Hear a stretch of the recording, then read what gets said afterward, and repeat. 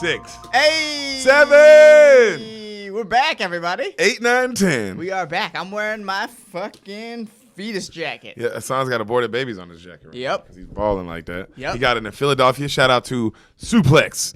Shout out to shout Suplex out and to all Suplex. them dope ass dudes, bro. Them guys go hard. Yeah, they were the ones who took me to the place where I got this jacket. Yep, they hooked us up with some free ass shoes and some good ass fucking food at a place called Angelo's, bro. Angelo's, That shit was fire, nigga, with the white pizza sauce, nigga, whatever that shit was. White pizza. My God, that was the best Philly cheesesteak we had. The pizza too, though? Yeah, Oh, the Philly cheesesteak by far, that was the best Philly cheesesteak because we had like 5 Philly cheesesteaks from everywhere. That was by far the best one. Oh, the Angelo's Philly cheesesteak? Man. Bomb. But I heard some other places I do want to try it. But when I go back, I'm going to go to Angelo's first, and then I want to try some other spots that are good. But Philly, thanks for listening. Thanks for rocking with us. We love you guys. Thanks for everybody rocking with us. What up? Hey.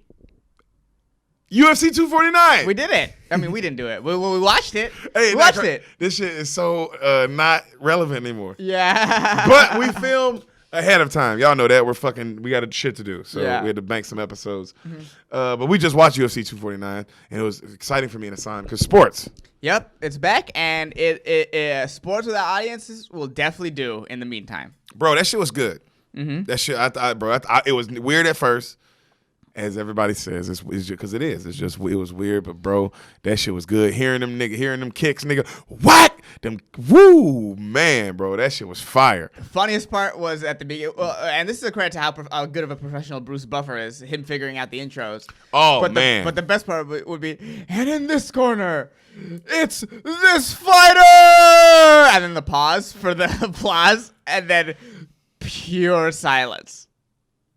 And then Funniest as the part. fight, bro, because as the fight went on, me and Hassan noticed he would go like, because, first he would go, this fighter, long pause. And then he was like, and you know what, now give it up, for, the fucking highlight reel, Justin Gaethje. And now in this corner. Like, he knew, like, oh, nigga, I got to keep talking. Yeah. Because there ain't nobody fucking here for me to, why am I not talking? Yeah, like, what am I waiting for? There's going to be no applause, no nothing. But that shit was fire. It was really funny that the car girl, you could just see her texting the whole time. That shit was funny to me because it was like, bro, this is so funny, bro. This is one of the only human beings to watch like live sports, and she's just fucking texting. That's great. Yeah, she's in the actual stadium. My favorite part was how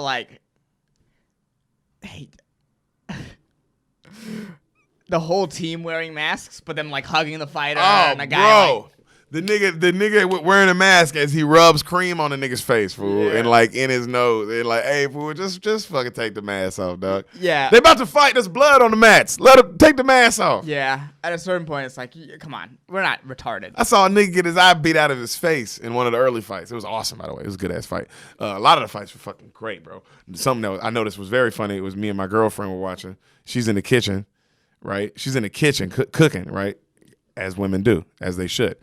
And as she's, thank you. And as she's cooking, she she goes, man, the energy's so low. What's going on in there? I was like, all these two women are fighting. She's like, oh, I can tell. Nobody cares anymore. That's not. Hey, I would never say such a thing because I think every woman is strong, and I believe every woman. Yes. But that's what another woman said. I'm just reporting the motherfucking news, son. But that shit was a good time, and I do wonder what it means for football, basketball, and baseball. The 3 real sports. Yeah, I'm just playing. I like UFC. But you know what I'm saying? I do wonder what fucking. I know. That means. A couple days ago, or maybe it was yesterday, for baseball, they had a meeting of the owners and stuff. So they're trying to come up with plans. I know baseball is. Yeah, I know basketball's fucked. Basketball's pretty fucked. Basketball is so for it to happen fucked in the middle of the season for them really fucked them hard. Oh man, so it's like I don't know what they're gonna do. And in football, they're in the best situation because they can just wait. They can even if they're like, hey, we're gonna start in November. It's like that's fine for them. It's just they're just pushing everything back a little bit. But they're good. So. But football released their schedule, and they're thinking that they're gonna start on time. Yeah, but I'm saying worst case scenario, they have to push back. Right. They're okay. They're not they're still okay. They can wait and play that game. They're not missing or has started a season or because that's what for baseball and for basketball. It's like, damn, bro, you. Yeah, baseball has to play a shorter season, which in terms of if they get a shorter season off the ground going, it'll add a little bit of pizzazz to the season, I guess, meaning that okay, a team that might have no business winning the World Series, might win the World Series. Yeah. That's I guess the most exciting thing about if the Yeah. playoffs, if they were to just come back and just have a playoffs real quick. Yeah. Because I mean, yeah, they have to. Regular season's done. For At ba- this for point, basketball, yeah, right? regular season's done, right? So you come back, you have a playoffs, bro. Nigga, the Grizzlies could win. Right. It's amazing. Everybody, it's fair game, bro. Yeah. Who's in shape? So that would be the fun of the baseball season and the basketball season. Yeah. It'd be like, oh wow, it's like all like the favorites or like the rankings in basketball. They're out the door, man. Yeah. And, you know, now it's just the team that gets hot. Yep. It could be the Seattle Mariners last year started the season like 12 games above 500 or some crazy shit, and they ended up being one of the worst teams in the MLB. But in a shortened season, they could fucking win it all. So could, it's bro. like that'll be fun to watch. Yeah, man. Hopefully. So I hope, man. I really hope, man. Because if it doesn't, god damn it. But we'll see, fool. I don't know about y'all, but things seem good from here. By the time this comes out, we'll really know what's going on. Because, like, Right. I know one of my homies, Dino Archie, he's got, like, a show coming up at the end of May. And it's like, all right, well, that's good. That's good news. You know what I mean? Like, they're opening up. I think it's in, like, Vancouver, and it's like they're only allowing, like, 50 people in. You know what I'm saying? But it's like, all right, stand-up might be coming back. Maybe. In Canada. In Canada. Yeah. So we'll see what the fuck that means. So we will continue to not know shit like everybody else, huh? We will continue to bring you no information. Yeah. As we've As done. we promise. We give you no actual information, just our opinions, which And mean feelings. nothing. Lots of feelings. Yeah, which mean nothing. Yeah, because my opinion changes every other day. Because right now I'm on the virus's team. I'm cheering for the virus. You know, but tomorrow I might cheer against it. I don't know. We'll see. All right, I'm gonna leave. No. We gotta talk about I Think I Love My Wife. Oh, that's what this podcast is about. Yeah, we gotta talk about that. And if we want to bring it back to the fucking virus, there is one scene in the movie where the motherfucker is hoarding toilet paper. Christopher Rock? Christopher Rock. It's just one cutaway, and you know what? In any other time, I probably would have never noticed that he had No. a bunch of toilet paper. It wouldn't have even mattered. It might have been like, that's a visual joke. Yeah, it's a visual joke. But boy, did I fucking notice now. Because he's an asshole. Yeah, like, oh, you son of a bitch. You fucking asshole. You're one of the worst people ever, bro. Who Yeah. fucking hoards the toilet paper? It's Just crazy. shit outside. If it came that down to it, bro, we're like, oh wow, the world ended like that. Nigga, toilet paper is the last everybody's. Well, bro, shit outside and wipe your ass with outside stuff, like we've all done. I've had to do that, I wonder what this. Oh yeah, that's the best shit I've ever had was outside. bro. Because you squat down and you shit like a fucking dog, like you're supposed to. Like you're meant to. Yeah, your shit like. Fucking great. It blasts out. It's amazing. I did it in the backyard one time. too. My homie got mad. Because he was in the bathroom also because we ate donuts. Everybody ate donuts. We also ate with like these two girls, and we all got like the same thing amount of donuts. So it's like, wow, it was funny to know that they were also like diarrhea shitting. Because as I was shitting, I was like, wow, at least that girl's shitting too. That's funny. Because I knew my homie was in the bathroom, and I was like, bro, I go to the bathroom. He was like, bro, I'm dying in here. And I was like, oh shit. And then I ran outside and I shit everywhere outside in the backyard. And then when I came back in, I was like, bro, I had to shit outside in the backyard. And he was like, damn, bro, what? You shit in the backyard? That's fucking not cool. I was like, nigga, what the fuck are you talking about? What did you mean it's not cool? What did you want? What was your plan then, bro? What was I supposed to just literally like, well, he's in there. So I'll hold it. Oh, my bad. Oh, wait. I shit outside. I shit outside, and it was the best shit I've ever had. Other than like a couple other times where I shit outside during a baseball game once, which was great. Nigga, I've never got to home plate faster in my life, bro. But it was like a slow, like I hit a single, nigga, and it took forever to get to first to second, and then it took forever to get to second People to were third. like working the count and stuff. Yeah. I remember my dad being like, "Get a bigger lead." I was like, I can't, bro. I can't get a bigger lead. If I get a bigger lead, I'm a poop.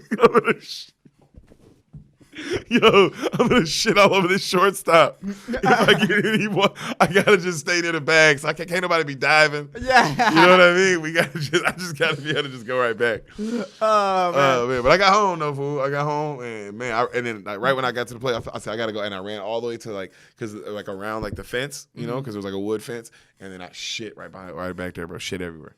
Nice. Yep. Nice. Came back, we won. I mean, cause it was the last. It was like the last. It was like I almost made it through the whole game. But man, that was crazy. It's funny. For me, it was my parents had just moved to the house that you've been to. Yeah. We just moved to that house, so I didn't have the keys or anything for it. And so I had left, and then I was like, oh, shit, I need the shit.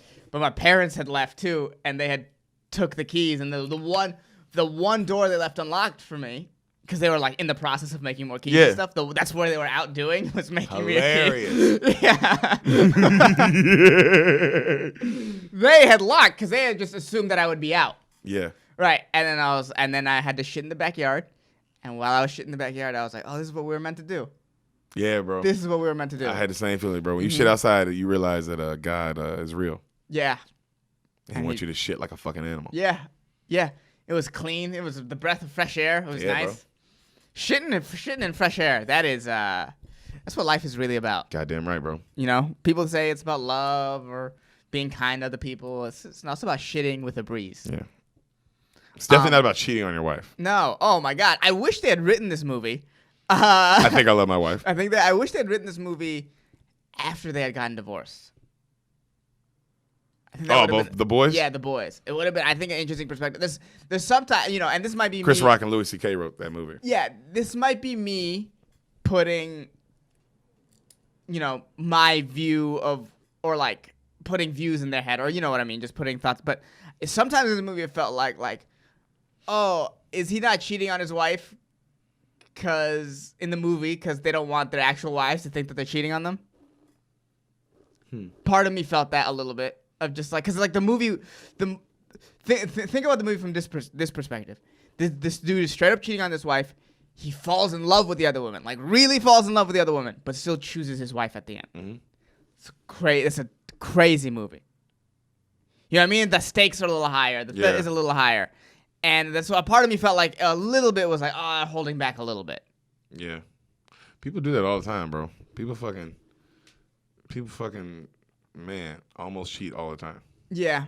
And cheat. It goes both ways, I think. Because it's just as many guys who would just have cheated. There are some guys who would have been like, I'm not going to cheat. I'm not going to fucking fuck this lady. I'll get close.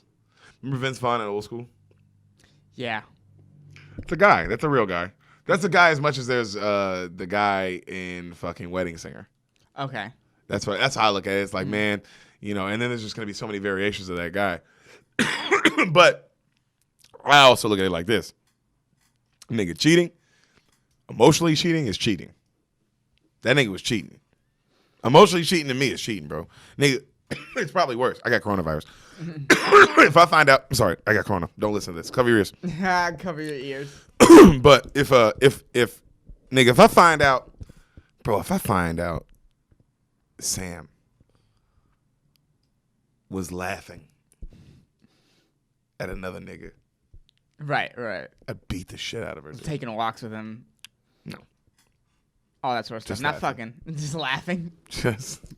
If I seen her laugh at you, I'd punch her in her face. You know she works at a place where people are paid to professionally make people laugh, right? I know, and I told her on the first day, if I fucking see you he-heeing at Anthony Jeselnik, giggling at fucking, you know, Rogan. You're kicking their asses? I'm kicking her ass. Oh, okay. That makes sense. I'm going to make all them watch. Oh, well, that's... Say, don't make her, you make everybody else laugh, don't make her laugh. So mind that when you're writing your jokes. You know, but that's just my style. Yeah, anyway, that's my version of love.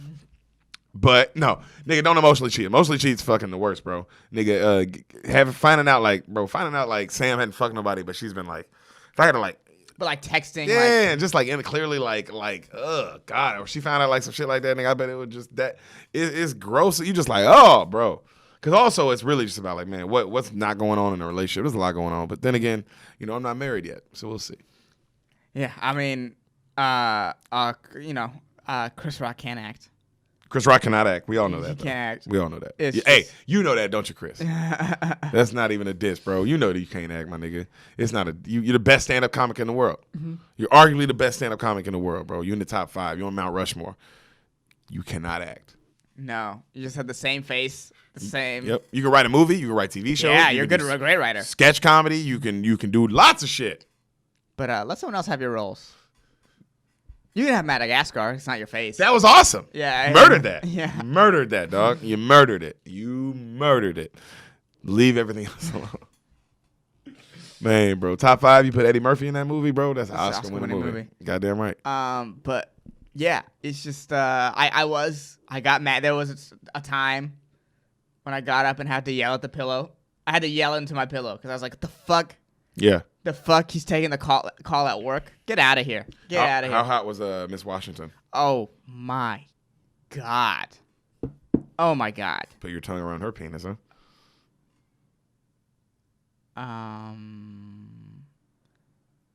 Maybe. Yeah. Yeah. That's what I'm talking about, dog. God, yeah, the end scene. Oh, my God. Where he takes her panties off? Yeah, and he's just, She's so hot. Can you imagine that pussy smell hitting you in the face? Because that's what happens when you take her. Man, you would take her panties off, and she spread her legs a little bit, and that smell would hit you right in the face. And it would just be like, oh, this is what I've been waiting for an hour and a half of this movie. Jesus Christ. Finally, someone's fucking her. Also, she's just like acting circles around him, too. So there's that. Yeah, she's acting. I mean, she's so good. You ever seen the show Scandal? No, I haven't, actually. I've only watched the first season because it's like Lost, where I started watching the second season, and then I was like, all right. Too many storylines. Mm-hmm. You know where they just go nuts? Yeah. But man, that first season of Scandal, nigga, I've seen it twice. I've heard that first season of Scandal is great. Mind-blowingly great. It's so good. So fucking I mean, just like Lost. First season of Lost is like Lost, Westworld. First season of Westworld. Man, Westworld sucks dick now. You know how much Westworld sucks? Nobody's talking about it. No. It's a show that's actually coming on live. Like, people should be like, oh, my God, it's the only thing that's coming out that's new right now. No one gives a fuck because everybody's like, bro, I don't know. Are there robots? Are they gay? Are they black? Are they Asian? Why is Isaac Allen in it? Like, there's a lot of shit going on. They really lost the plot of that movie. Yeah. That show. They really, really fucked that up. They really did, bro. That show sucks ass now. But yeah, I think I Love My Wife. That's definitely I Think I Love My Wife. Yeah, I Think I Love My Wife. See you in a second. Don't move!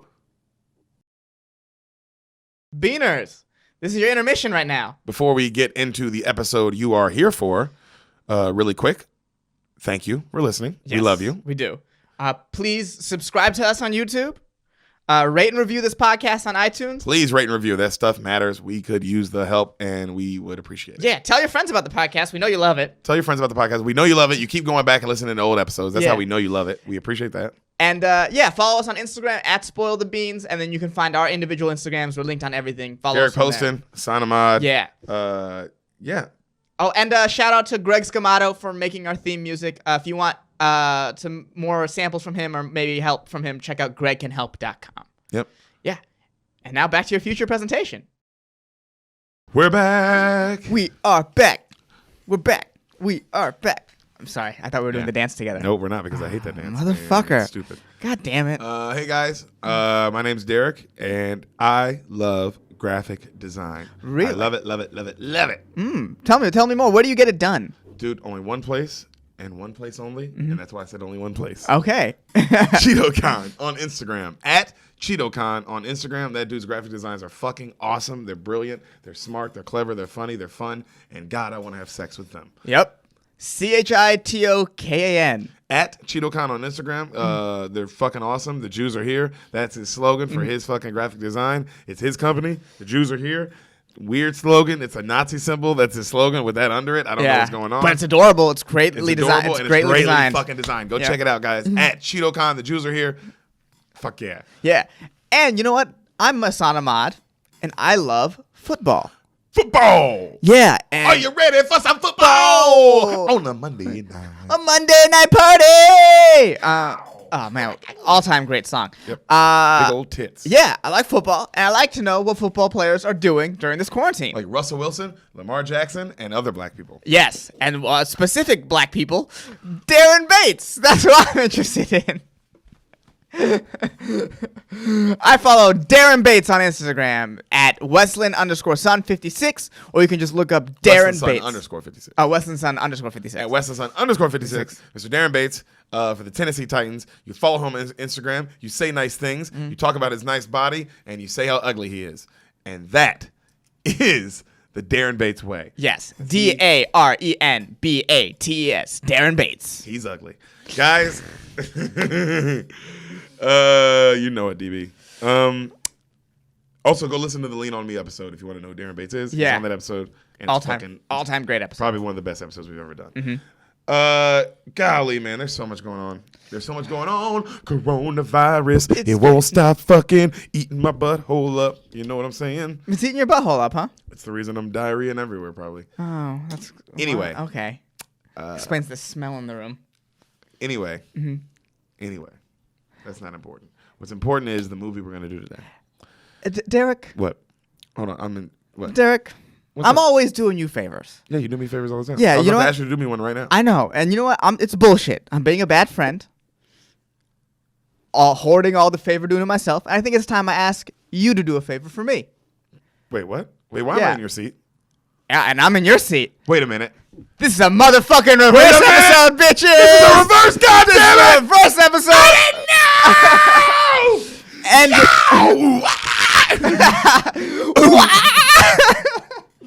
Bow wow, bow now, now, Damn it! Reverse! I wore my special fetus jacket for this, Derek. Holy shit! I had no idea. I literally watched the movie. I had no idea that he was doing reverse. He fucking got me. I should have known something that I was in his seat, but I'm stupid. Well, what movie are we doing? Ask me for the favor, Jesus. I'm gonna ask you for a double favor, Derek. All right. Because I didn't watch a movie. What? I didn't watch a movie. How does that make you feel? Yeah, exactly. Derek. What? I want you to explain to me. Look at my hat. Look at my hat. What are we doing today? Look at my hat. Yeah, I'm looking at it. Explain to me what happened during the 2012 San Francisco Giants World Series run. Tell me what happened. Give me some storylines. Give me some trades, maybe. Just tell me about the 2012 San Francisco Giants season. Are we doing a sports reverse? We're doing a reverse sports episode? Yep, we're sports in the beans, baby. Oh, we're about to sports the beans? We're about to sports the motherfucking beans. I know that the Giants have won 3 World Series. I know you're a Giants diehard fan since you were a little gay boy. Mm-hmm. I know. Now that I'm a straight man, I'm still a fan. Now that you're a big straight boy. Mm-hmm. Yeah. Holy shit. I know they won the World Series. I'm assuming that somebody got AIDS. I'm assuming Posey does some cool shit because I like him and he has a cool last name and it's close to my last name. And they have a pitcher that my brother went against all high school, Mr. Bumgardner. I eat his sandwich all the time at Ike's. A great sandwich. Yeah. My brother went against him all at high school. Mm-hmm. Man. Yeah, just tell me anything you think happens in the whole season. Okay. Mm-hmm. Shit. Mm-hmm. I don't know. Because baseball's gay. But if I had to guess what happened. Okay. The Giants, round 1, I'm going to guess they're fucking 4 seed. Okay. I'm going to guess they're a 4 seed. Okay. So they're going up against a 5 seed in the first round, right?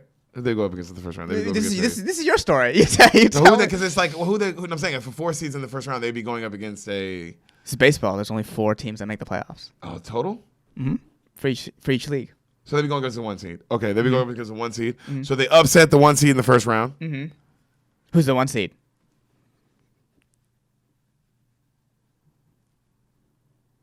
Dodgers. Okay. They suck ass, and they deserve to be upset in the first round. Okay, I like that. They upset the Dodgers in the first round. They go to 7 in the first round, or they go to 4 in the first round? Baseball. The first round, it goes 5-7-7. That's how 5 in the first round. Yeah. Baseball, right? Yeah, 5. Mm-hmm. So, best of 5. Mm-hmm. You guys win 3-1. Okay. So we fucked the Dodgers in the ass. You fucked the Dodgers in the ass. They get you 1 game. Mm-hmm. Second round, you play. You win off. Also, that first round, you win off pitching too. They don't fucking hit anything. Second round, I don't know the fucking conferences like that. I'm gonna get you play the fucking. This is the NLCS now. Yeah. And now you're playing the 2 seed. Okay. And you get down 3-1. No, you go down 2-0 in the beginning of the series. Okay. In the fucking conference, and you're going up against. Ooh, man. Because you know baseball, but you don't know baseball. What side was the Tampa Bay Devil Rays on? That's in the American League. I'll help you out there. Yeah. Yeah.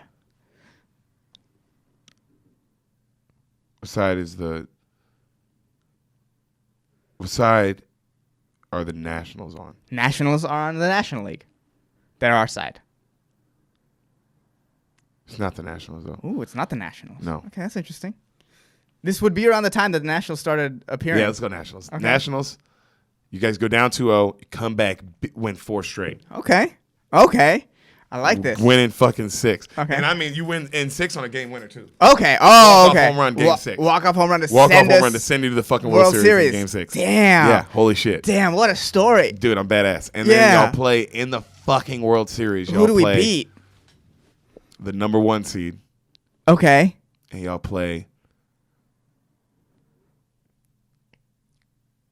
Cubs? Are they on y'all's? Could they play there? No, that would never happen in the World Series. Cubs are a National League. Okay. Yeah.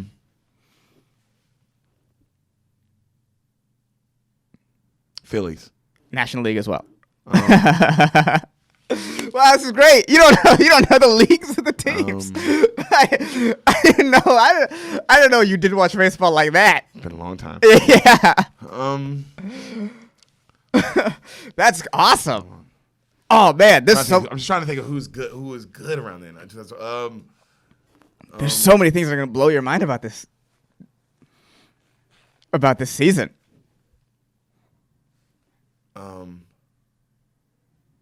Yankees are on the other side. Yankees on the AL, yeah. Y'all play the Yankees. Okay, we beat the Yankees. You beat the fucking Yankees. A 1-seed Yankees. Okay. Oh, we fucked the Yankees. And you win in 7. Okay. 7 game. We come back. Come back, or do we like? It goes 1-1 each time. 1-1 each time. All the way. Okay, all the way to down 7. 7th game, and y'all win. Okay. At Yankee Stadium, y'all win. And y'all win off y'all pitching, strikeout. Okay. And that's the 2012 San Francisco Giants. That's my 2012 San Francisco Giants. Damn. You know what's crazy? What? There's a couple things you got right that you'd be like, damn, I can't believe I got that right. There's one thing specifically that you got right that when you said it, I was like, damn, I can't believe you said that. I can't wait to see I what can't believe you fucking said that. You can tell I don't know. Yeah. I clearly don't know what happened. Hey, when you hear it, you'll be like, damn, I can't believe I said that. Oh, bro, give me. I'm so excited. Okay. I love baseball. Okay. So. As you can tell. So. The story of the 2012 San Francisco Giants starts in 2011. All right. Right? So we win in 2010. People think it's a fluke. 2011. Who y'all beat? We beat the Rangers. Okay. Right. And we have this specific brand of baseball that I would describe as Mickey Ward boxing. That's the best way of just like people sort of like beat us down and in the last second we'll come back and win it. Okay. You know what I mean? We don't dominate teams. You're not the powerhouse. No. The announcers are. You're not the Warriors. No, absolutely not. You're not like, oh, they should win. No. Every World Series that we won, people were like, how the fuck did they win that? Okay. Yeah. I like that. Pitching, great defense, timely hitting. Bumgarner, Posey there, yes? Yes. Okay. Bumgarner, Posey win all 3. Beautiful. The slogan that the announcers give us that people like show up to games with is a Giants baseball torture. It's the best way to describe a Giants baseball. Okay. Because it's torture for the fans because you're on the edge of your seats, and for the other team, it's like a death by 1,000 cuts, man. We'll just beat you with fundamentals. And this is the 2011 season. Yeah, so right now we're just won a championship. We just won a championship. May 25th, 2011. Okay. We're in an extra innings game against the Florida Marlins. Okay. Right? We're the number 1 team in the NL West. We have the best pitching in the league. We're poised to win another championship. How far in the season are you? This is right before the All-Star. This is midway to the All-Star break, but we are dominating the NL West. Okay, but halfway through, you guys are looking like, oh, here they go. Oh, here we go. Like this is the formula we had last year. 12th inning, Marlins hit a sac fly. A guy named Scott Cousins tags up from third. So the ball comes to the plate, and instead of going for the plate, Cousins runs Posey over because Posey's our catcher. Uh-huh. When he runs Posey over, Posey bends over in a weird way, and his leg snaps. Oh, fucking Paul George style? Mm-hmm. Breaks his leg. He's like crawling on the ground and shit and like crying. Yeah. Yeah. And that pretty much ends our season. We lose. All our offense is done after that. Who's the backup catcher? Backup catcher is this guy named Eli Whiteside. He's like a 32-year-old. You know what I mean? He just does not get it done. No. Team falls apart after this. Team fall. I mean, we end up second in the NL West, and we barely missed the playoffs. But We just didn't have the offense. Missed the playoffs. We missed the playoffs. Holy shit! We missed the playoffs, and it's So who were y'all second in the West to? I believe the Dodgers. Damn. Or it could have been the Diamondbacks. If it's in that time. So back-to-back's done. Back-to-back's over. Our best shot for it. Because in 2013 we were not that good. So going into 2012, you were like this. You're already like, we're not gonna win a championship. Yeah, in your brain. So going into 2012, we're like, we just want Buster Posey to be okay. Let's and then see what happens. We have something to build on with Buster Posey. Let's see what happens. Yes. And there's a new rule in baseball now because of it. It's called the Buster Posey rule, which states that if you're a runner, you can't deviate from the path to collide with a fielder. So you can collide with the fielder if he's on your way to the base. Yeah. But if he's outside of the base path, go hit that nigga no more. you can't go hit him. Okay. And so yeah, that happens in 2011, right? And that rule comes back into play. Couple off-season moves that are important that I have to say. We trade our pitcher Jonathan Sanchez away for an outfielder named Melky Cabrera, right? I know that name. Yeah, it's a name that people might recognize, right? But Jonathan Sanchez is an interesting person to lose because during this entire run that the Giants had, the Giants pitched 5 no-hitters during this span, and Jonathan Sanchez was the one who started that. Damn. Yeah. Yeah. The team was crazy during this time. We had 5, right? And so we trade our first no-hitter pitcher away, right? Okay. The second one is we acquire this guy named Angel Pagan from the Mets to be our new center fielder. Okay. Very important to this run. His name is also Angel Pagan. Okay. And no one ever talked about that. And I always thought that was weird. No one said his name wrong? No, his name is Angel Pagan, but it's spelled Angel Pagan. Oh, because he's a pagan. Right? You'd think it would be funny that there's this guy named Angel Pagan, and no one ever said anything. He's a fucking devil. Keep Yeah. going. He's an awesome player. He once hit a walk-off inside the park home run. Good for him. Yeah. Second best walk-off homer I've ever seen behind, in 2014, we had a walk-off homer that sent us to the World Series. So you almost got that right. In a non-World Series year. No, in 2014, in our next World Series. Ah, okay. All right. So, during the season, 2 games I have to tell you about. 2 games I have to tell you about. They're important to the game. Has this movie started yet? The movie starts at the playoffs. Okay. Yeah. The film starts at the playoffs. Okay. But there's 2 games I have to tell you about, right? Okay. Regular season game number 1, June 13th, 2012. This first game of the season? No, this is in the middle of the season. Okay. No, they're just 2 important games in the season I have to tell you about. Okay. So, it's in the top of the 7th. No, I'll give you 2 calls from the game. Top of the 7th, no out. Giants are up 10-0 on the Astros. It's a 3-2 count. And I'm going to start you from the moment the ball is pitched. And this ball is hit out into the alleyway. It's a long run for Blanco. Blanco's going to dive, and he's going to make the catch! We have this incredible fielder named Gregor Blanco. Uh-huh. He's running back. So have you ever seen... Who's this against? This is against the Astros. And this is for... This is just the regular season. But this play is important to the championship run. Mm-hmm. Okay. And it's just an important moment in San Francisco history. You'll see in the next call why I chose this to tell you about this game, right? But have you ever seen the San Francisco Giants stadium? Yeah. You know how there's this long alleyway in center field? Yes. Yeah, so Blanco is out in right field. He runs all the way, makes this diving catch where he dives backwards and barely catches the ball on the tip of his glove. Yeah. That's the defensive Gregor Blanco. Dope. Right? Now that catch is important because of the second call. Top of the 9th, 2 out. Giants up 10-0. 1-2 count. When was that catch? What inning? 7th. 7th, okay. So the ball is hit to our third baseman, who is our backup third baseman. His name is Joaquin Arias. Looks exactly like Kobe Bryant. A bit during the season is our announcers would be like, "Man, that's the guy Kobe Bryant looks like." Our normal starter is Pablo Sandoval, but late in the innings we bring in Arias as the defensive replacement. Right. So ground ball. Arias, deep from third, got him! And that's a perfect game. The Giants mobbing Matt Cain on the pitcher's mound. Dope. Matt Cain pitches a perfect game. Matt fucking Cain. 14 strikeouts. Regular season game number 2, that's important. So you guys won that game. We won that game. Does that game have any playoff contentions? No, it's a perfect game. And what's it called? How was y'all looking though? We were looking when that happened. I was like, no, team wise. What are y'all record like? What's y'all's record? We just started going above 500 at that point. Are y'all in playoff contention? We are. I think we're second in the NL West. It's going to be a slugfight with the Dodgers, but There's a chance. Around then is when I start thinking like, oh, we might be a playoff team. Okay. Right? So it's like we spent the first 2 months playing 500 ball, and then now we're slowly coming out of that and starting to win games. Interesting. Second game, and this is really important, the 2012 All-Star game.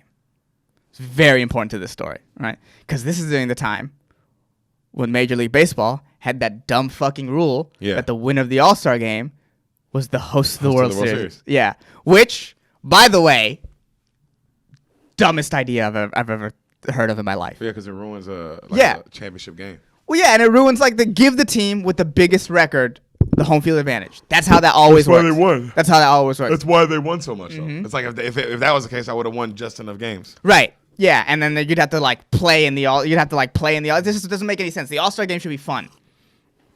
Right. This is Chipper Jones' last All-Star game, by the way. Chipper Jones. Yeah. So we have 4 players there. What a name. Yeah. Right. I miss him. Great baseball name. Starter is Matt Cain.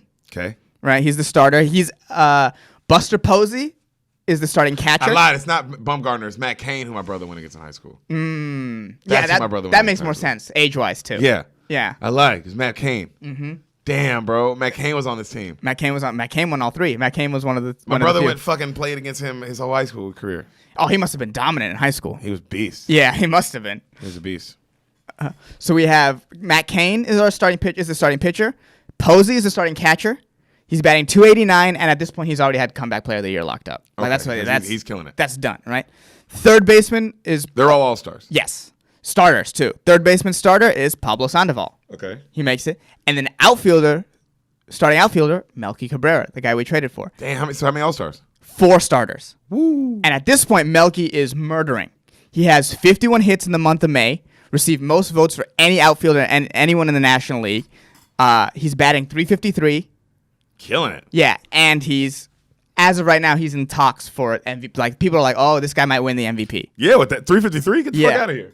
Yeah, and just a fan favorite. People would dress up as milkmen and be the milkmen. And just people loved him. Right? He's a badass. Badass. So the starting pitcher of the AL is Justin Verlander. And Verlander is dominant. In 2012, he's the reigning Cy Young winner, reigning MVP. Who's he playing for? The Tigers. The Tigers. He ended second in Cy Young voting that year. Since 2009, he's been first in strikeouts, second in ERA, and he's pitched 6 innings straight in 60 games. 6 innings in 60 straight games. He's literally putting his dick on everybody in baseball right now. He is the most dominant pitcher in baseball at this point because this is right before Clayton Kershaw emerges as the best pitcher in baseball.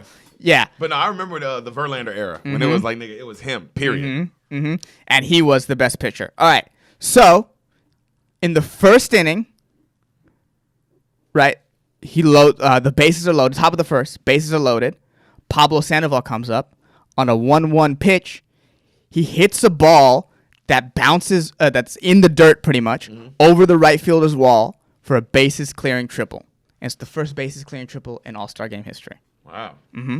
On Verlander, too. On Verlander. Kane pitches 2 straight shutout innings before he's taken, the All-Star game.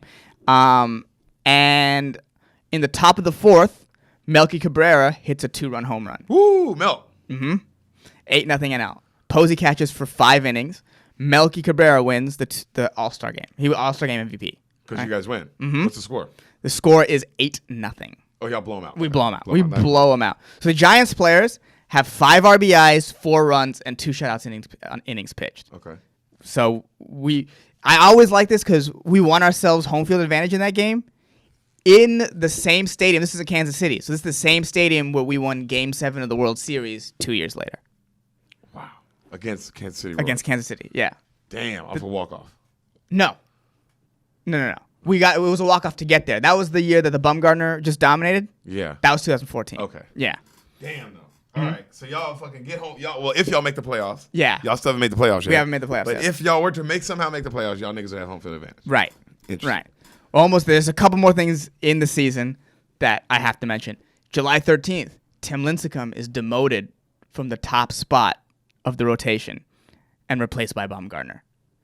So we've been warned for years. So with Tim Lincecum, he was dominant. right? He was the best pitcher in baseball, won 2 Cy Youngs in a row, but we've been told, Bumgarner's in there too. not only that, we've been told that because Lincecum's nickname is the Freak, and the reason why he's called that is that he has a weird delivery. And we've been told for years on end that his delivery was going to cause him problems when he's older. Of course. And that's why all his contracts with us, they've been big money, but they've been short years. So it'll only be like 2 years, $30 million instead of a long-term contract. And this is the year Tim Lincecum finally drops off. I'll tell you more about his stats later when we get into the thing. Yeah.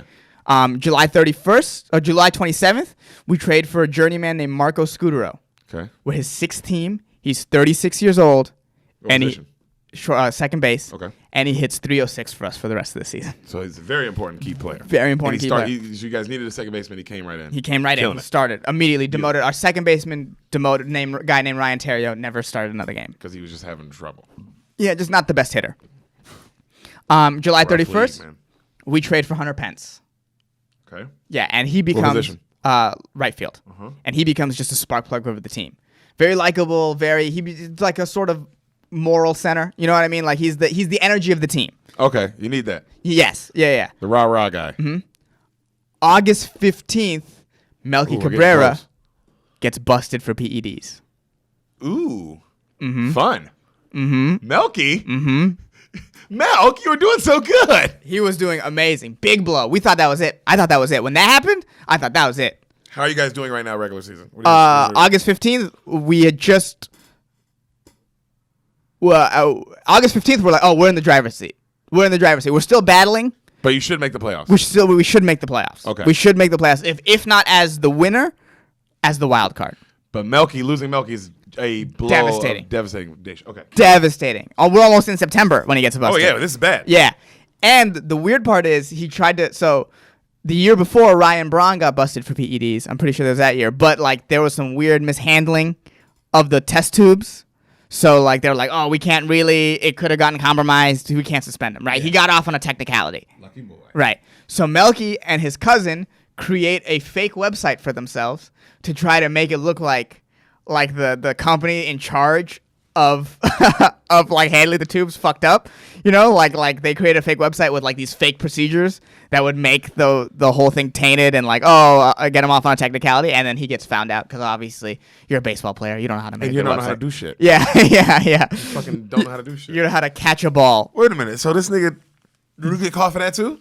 Yeah, he got caught. Melky. Yeah. So okay, what happens to Melk? He gets a 50-game suspension for PEDs, and how many games do you have left? If we make the playoffs, he's allowed to come back.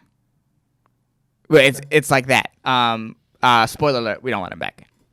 They choose not to bring him back. Wild. Keep going. Wow. Holy shit! So Melky is done. Keep going. Interesting. In early September, we sweep the Dodgers in LA.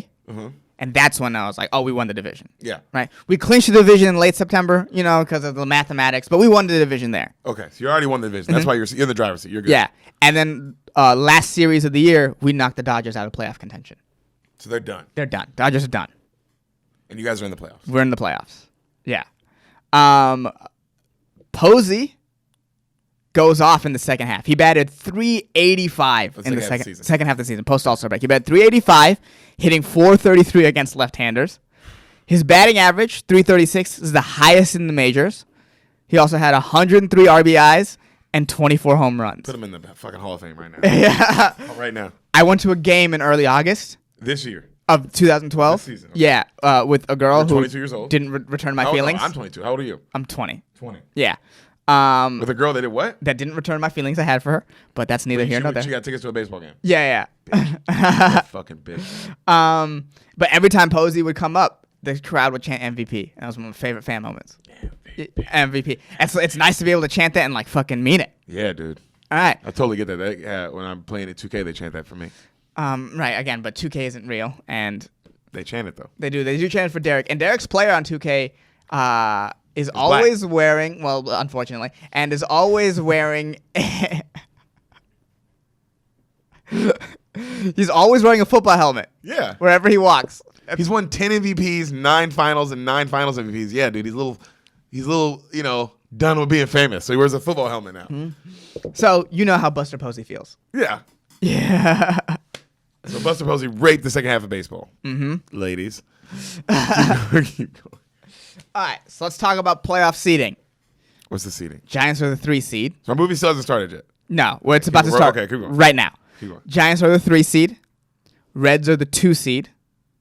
So that's who they play. It's 2-3. Giants play the Reds. Okay. The 4 seed is the St. Louis Cardinals. The 1 seed is the Washington Nationals. Interesting. And the Nationals are the one team I'm actually afraid of. Yeah. I think out of everyone in the playoffs still, even on the AL side, the 1 seed is the Yankees. Who else is on the other side? I forgot who the 2 seed was because they get knocked out. 2 seed gets knocked out first round. 3 seed is the Tigers. Okay. And the 4 seed, I believe, is the A's. A's, okay. But 1 seed was the Yankees. Yankees are 1 seed. I fucking called that. Yeah. Holy shit. Yeah. Yankees are the 1 seed. Fucking called that, guys. But I think we're able to beat every team except the Nationals. Nationals are just such a good That's team. what scares you. But And who are you guys playing? The Reds? we're playing the Reds. First round, okay. Yeah. Nationals are playing the Cardinals. Okay. But so do you know Steven Strasburg? I know the name. Yeah, he's a baller pitcher. He won the MVP of the 2019 World Series, Okay. right? He's a young pitcher at the time. He's their best player still. For the Nationals. He's a young pitcher at the time, so they put him on a pitch count. And they say once he reaches the pitch count, he can't pitch anymore. Yeah, Jordan's minute situation. Jordan Minute situation, even if we make the playoffs. Stupid So stuff. Strasburg gets shut down a couple weeks before the playoffs, and they don't have their best player for the playoffs. Hindsight 2020, because they won the World Series now, and his arm is saved. But in my mind, I thought that was the dumbest decision you could ever make. Yeah. World Series ain't promised. Barry Bonds only went to 1. Bro, ain't nothing promising sports, dog. Willie Mays only won 1. Ain't nothing. That shit in sports, bro. That shit is fucking nigga. Woo. All right. NLDS Game 1. Movie starts. Movie starts. Holy shit. Game 1 against the Reds. Movie starts. Who's the Red Star player? Red Star player Joey Votto. Okay. Johnny Cueto is their ace pitcher. Okay. Right. Game 1 starts. Matt Cain starts off top of the first with a 1-2-3 incredible inning. Right. Just a regular 1-2-3 inning. Kicking yeah. ass. Matt Cain style. Second batter of the game, Cueto injures himself. Their star player. Their star player injures himself. Round 1, game 1. Round 1, game 1. Batter. I'm so mad. 2. Oh, bro, if you're a Reds fan, how mad? You're just. Oh, and as a Giants fan, I was like, oh, we got this. We got this game. Oh, okay, keep going. I'm already mad for him. We got this game. What kind of injury? What did he hurt? He strained. I would say like his oblique, that sort of thing. He just came up with a regular pitch, and then he just came up and he just couldn't pitch again. Ooh. He gets shut down for the rest of the season. Oh. They lose him for the series. All right. Right. Keep going. Reds have the best bullpen in the MLB though. Interesting. Mm-hmm. And they hold us pretty much. They get a 2-run home run from Brandon Phillips in the third inning. Okay. Reds so take a 2-0 lead. Damn. Okay. Mm-hmm. Top of the 4th, Jay Bruce hits a home run to center field. Reds take a 3-0 lead. Okay. So now their fans are like, oh, we might do it. Yeah, and now we're like, what the fuck is that? This is Kane. This is our best start. So they're rallying around this. They're rallying around this, right? And then we're looking at Kane like, oh no, this guy was dominant in 2010 playoffs. He's dominant during the season. Fucking pitched a perfect game. He had a sort of slow second half of the season, but there was talks about him like, oh, he might win the Cy Young halfway through. That with that homer, Jay Bruce goes to 8-15 lifetime against Kane. So sometimes you just own a pitcher. Of course. You just own a pitcher. Yeah. I showed you those Tony Gwynn stats, right? Dude, Tony Gwynn owns everybody. Keep going. Everybody. Yeah, and Phillips singles in another run in the 9th inning. It's 5-0. It's 4-1. It's 4-1. The 4-1. Giants score a run in the middle, but it's nothing to write home about. Yeah. So 4-1. 4-1 in the 9th. in the 9th. In the bottom of the 9th. Top of the 9th. Top of the 9th. We're playing in San Francisco. Okay. Then it's a third RBI for Phillips. Next player, wild pitch, 5-1 Rays. 5-1 Reds. Sorry, not Rays. But yeah, they're in that ass. They're Right. in y'all's butthole. Right. So save leader, bottom of the 9th, Adarlis Chapman. Aroldis, my bad. Sorry. They're safe. Yeah, he's the save leader in the MLB. He's the guy who comes most saves. Yeah. Yeah. Current Yankees closer. He's just great closer. He walks the first 2 batter. First two. So you got man on first, man on second. No outs. Right. Okay. Bottom of the 9th. Bottom of the 9th. Down 5-1. Down 5-1. Gets a pop out. 1 out. Walks to third. Bases loaded, 1 out. Pablo Sandoval pops out. So now, here comes Buster Posey. The guy who Posey eventually wins. 2 outs. 2 outs. Bases loaded. Down 4. Down 4. The best team player on your team. Mm-hmm. Let's go. Mm-hmm. This is what you dream of as a kid. Wild pitch, scores 1 run in. So it's 5-2 now. Somebody runs home. Yeah. All right. Man on second and second and third. Second and third now, 5-2. MVP of the NL. That's who Buster Posey wins the MVP at the end of this year. So, right, the MVP up. Giants down to the last out. 1-2, and a swing and a miss. Chapman strikes out Posey. Reds up 1-0. Yo, Buster! I didn't see that coming, nigga. I really didn't see that coming. Buster! Oh, bro, I've been there, man. I've been on both sides. For baseball, I've won championships and lost championships.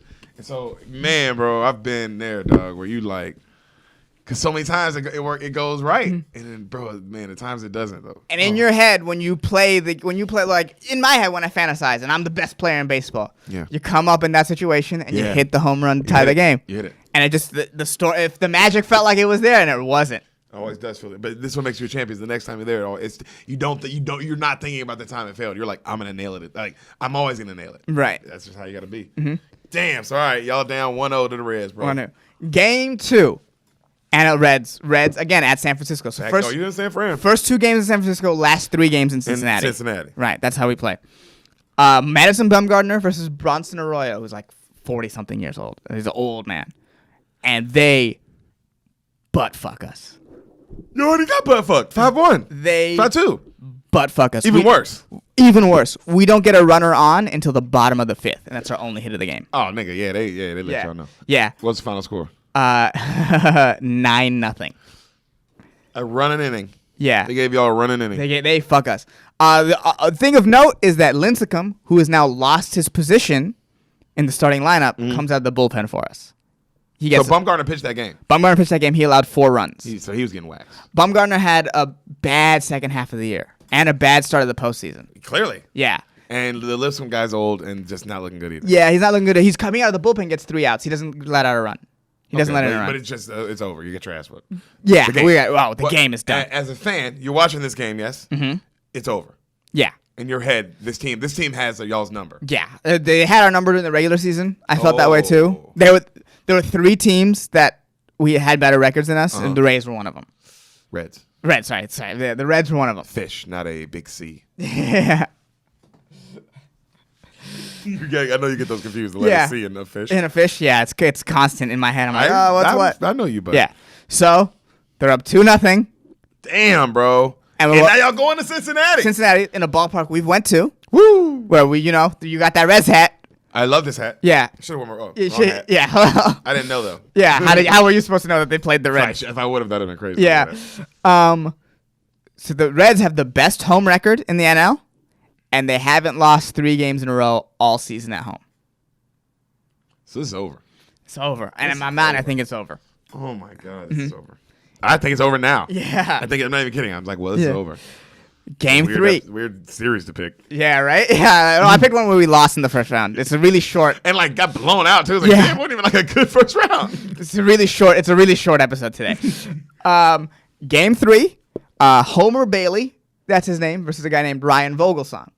Vogelsong is like a good comeback story. In 1998, we drafted him. Okay. He's old. He bounced around the league, and then Japan. I think he played with Bonds. Yeah, he did play with Bonds. He bounced around the league, had played in Japan for 4 years, before making the Giants on a spring training squad in 2011. No one thought anything of him.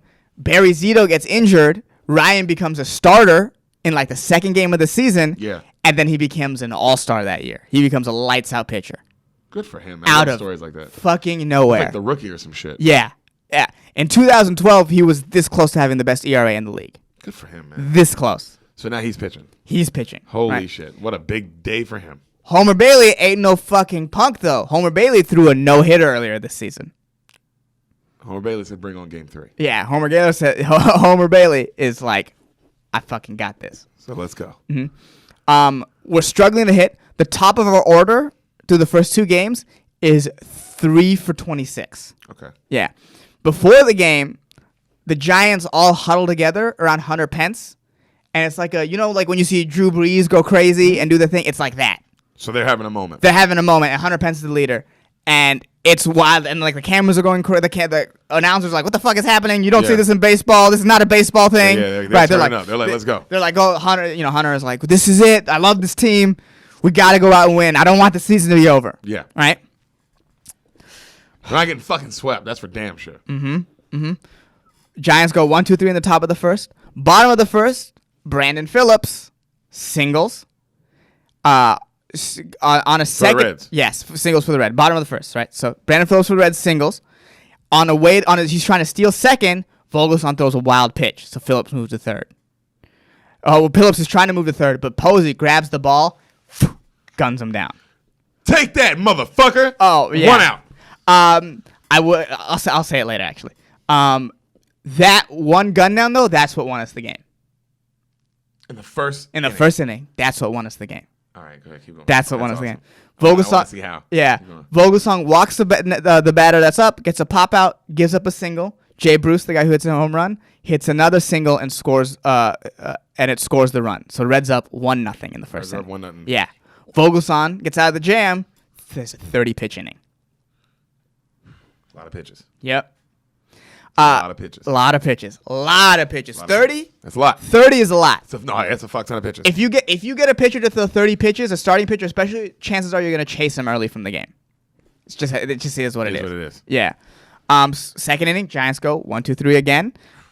In the Reds half of the inning, Pence makes an incredible sliding catch into foul territory. Uh-huh. And as he's sliding, he hits the wall. Right? Now, he pops up and Vogelsong gets the Reds out 1-2-3. But throughout the game, Pence starts to develop a noticeable limp. That shit hurt. Hurt. That's Pence. That's the leader. Yep. All right. So third inning, the Giants score. Still down. Yeah. The Giants score a run. Down 2. No, the Giants score a run in the top of the third. So they tie it at 1. Okay. In a typical Giants way to score a run, Gregor Blanco, the guy who made the catch in the perfect game, he gets drilled by a pitch. They walk the next batter. They walk the next batter. A perfect bunt gets laid down, and then a sac fly. Okay. Right? They maneuvered a run. That's how the Giants score runs. Three World Series, that's how we score runs. San Antonio Spurs of baseball. That's exactly the best way to put it. I was thinking about saying that. That's the way I've been told that all of the Giants, except for this one. This run wasn't boring, but the other two, and then because of the Bumgarner thing. But I've been told that we play a boring brand of baseball. Sounds like the Spurs to me. Yeah. All right. So it's tie game now. Mm-hmm. Tie game. The third or the fourth? We are in the third. Right? Okay. Fourth and fifth inning go by. Homer Bailey through 5 innings has only pitched 65 pitches and has 8 strikeouts. Damn. Dude, the dude is dealing. Yeah, he's dealing. He's wheeling and dealing right now. Mm-hmm. So, let's see. In the 6th inning, we have a pinch hitter for Vogelsong. He's done. We pull him. Too many pitches. Yeah. Bailey by the 6th inning, Bailey has 6 consecutive strikeouts. So Bailey is just fucking mowing us down. With 2 out, Marcos. What inning is this now? This is the 6th inning. 6, okay. With 2 out, Marco Scudero, the guy we got in the trade, he singles. He doesn't get. The Reds get out of the inning, but it's Scudero's first hit of the NLDS. Okay. And it's the Giants' first hit since the 5th inning of the previous game. Damn. So we've gone 10 innings without a hit. That's not good. Yeah. That's not good, bro. Yeah. Y'all are not gonna win this game. Keep going. In the bottom of the 6th, we have a pitcher named Jeremy Affeldt that comes in and he gets out of the inning. Right. He gets you out of the inning. He gets us out of the inning. You're gonna hear that a lot about Affeldt. I'm gonna bring up Affeldt a lot, and I'll tell you why at the end. So we're on the top of 7 now. Yes, top of the 7th. They go through 1-2-3, 1-2-3. Right. Top of the 8th. Top of the 8th. Homer Bailey's taken out, which I thought was weird. It made no sense to me. The dude is dealing. He did not have a high pitch count. He's only letting dominant. 1 hit. He's dominant. So the Reds manager is Dusty Baker, who was our manager during our 2002 World Series run that we lost. With Bonds. And Dusty lost us that series. I wonder where this is going. And Dusty made the decision to take out Homer Bailey, which I always thought was a bad decision. I wonder why. Yeah, I always thought. Even while I was watching the game, I was like, why the fuck would you take him out? Like, as like a fan of the game, like as a Giants fan, I was like, oh, thank God we can't hit anything out this guy. But this guy's kicking our ass. Maybe if we get a new pitcher, we can start something. Duh. And so during the game, I remember thinking, what the fuck? Beautiful. God, I love a coach that thinks too. Dusty Baker, man. Bottom of the eighth, Joaquin Arias comes in and replaces Pablo Sandoval as our defensive replacement at third. Yeah. Right? And then he makes this incredible running catch in the bottom of the eighth to get out of the inning. Like, he's running backwards, catches it over his shoulder. Bruce Bochy is the opposite of Dusty Baker. Bruce Bochy always makes the right call, especially in the playoffs. Right time to switch. He switched him this inning, right bullpen use. Yeah. And because in the bottom of the eighth, he used two separate pitchers, but got out of the inning. Perfect. Yeah, Worked out perfectly. Yeah. Ninth inning. You're down one still. No, it's tied. It's tied at one. It's tied at one. Ninth inning, their closer goes 1-2-3 against the top of the order, 2 strikeouts. Reds, who have 11 walk-off wins, most wins in the NL, come up in the bottom of the ninth, but our closer goes 1-2-3. Take it, bitch. Yeah. Extra innings. Yeah, extra innings. 10th inning. Posey starts it off with a base hit. That's nice. It's the second hit of for the Giants tonight. You need a little momentum. Any momentum you can get. Yeah. On a 1-2 pitch, Pence takes a swing and he comes up hobbling, but he decides to stay in the game. Good for you, Pence. Mm-hmm. And also, when the training staff... he doesn't stay in the game. Sorry. I was thinking of another thing that happens later. So on a 1-2 pitch, Pence takes a swing, comes up hobbling, right? The training staff goes to check on him. The problem is, because of all the mixing and matching the Giants have been doing from their bullpen, they only have one bench player left to hit. Ooh.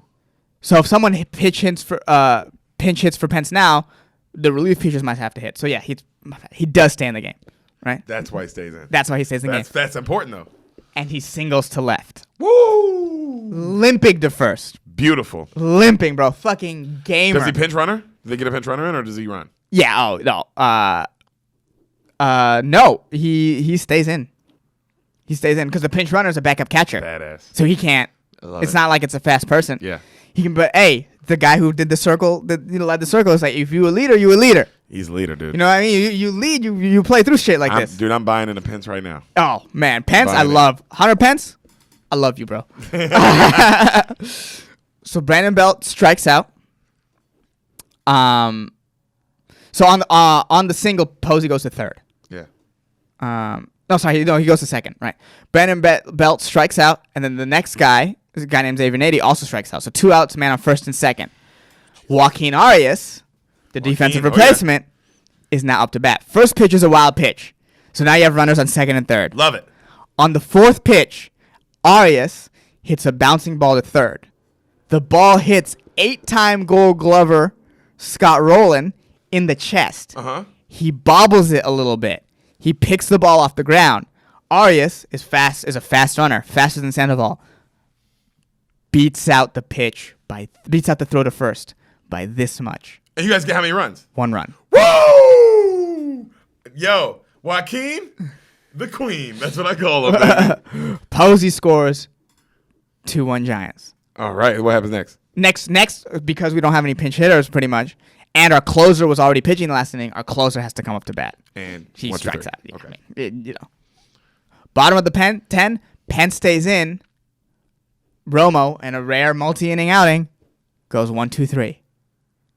Giants win 2-1. Giants win 2-1. Reds up 2-1. But we're staying in Cincinnati. Total elimination games 1.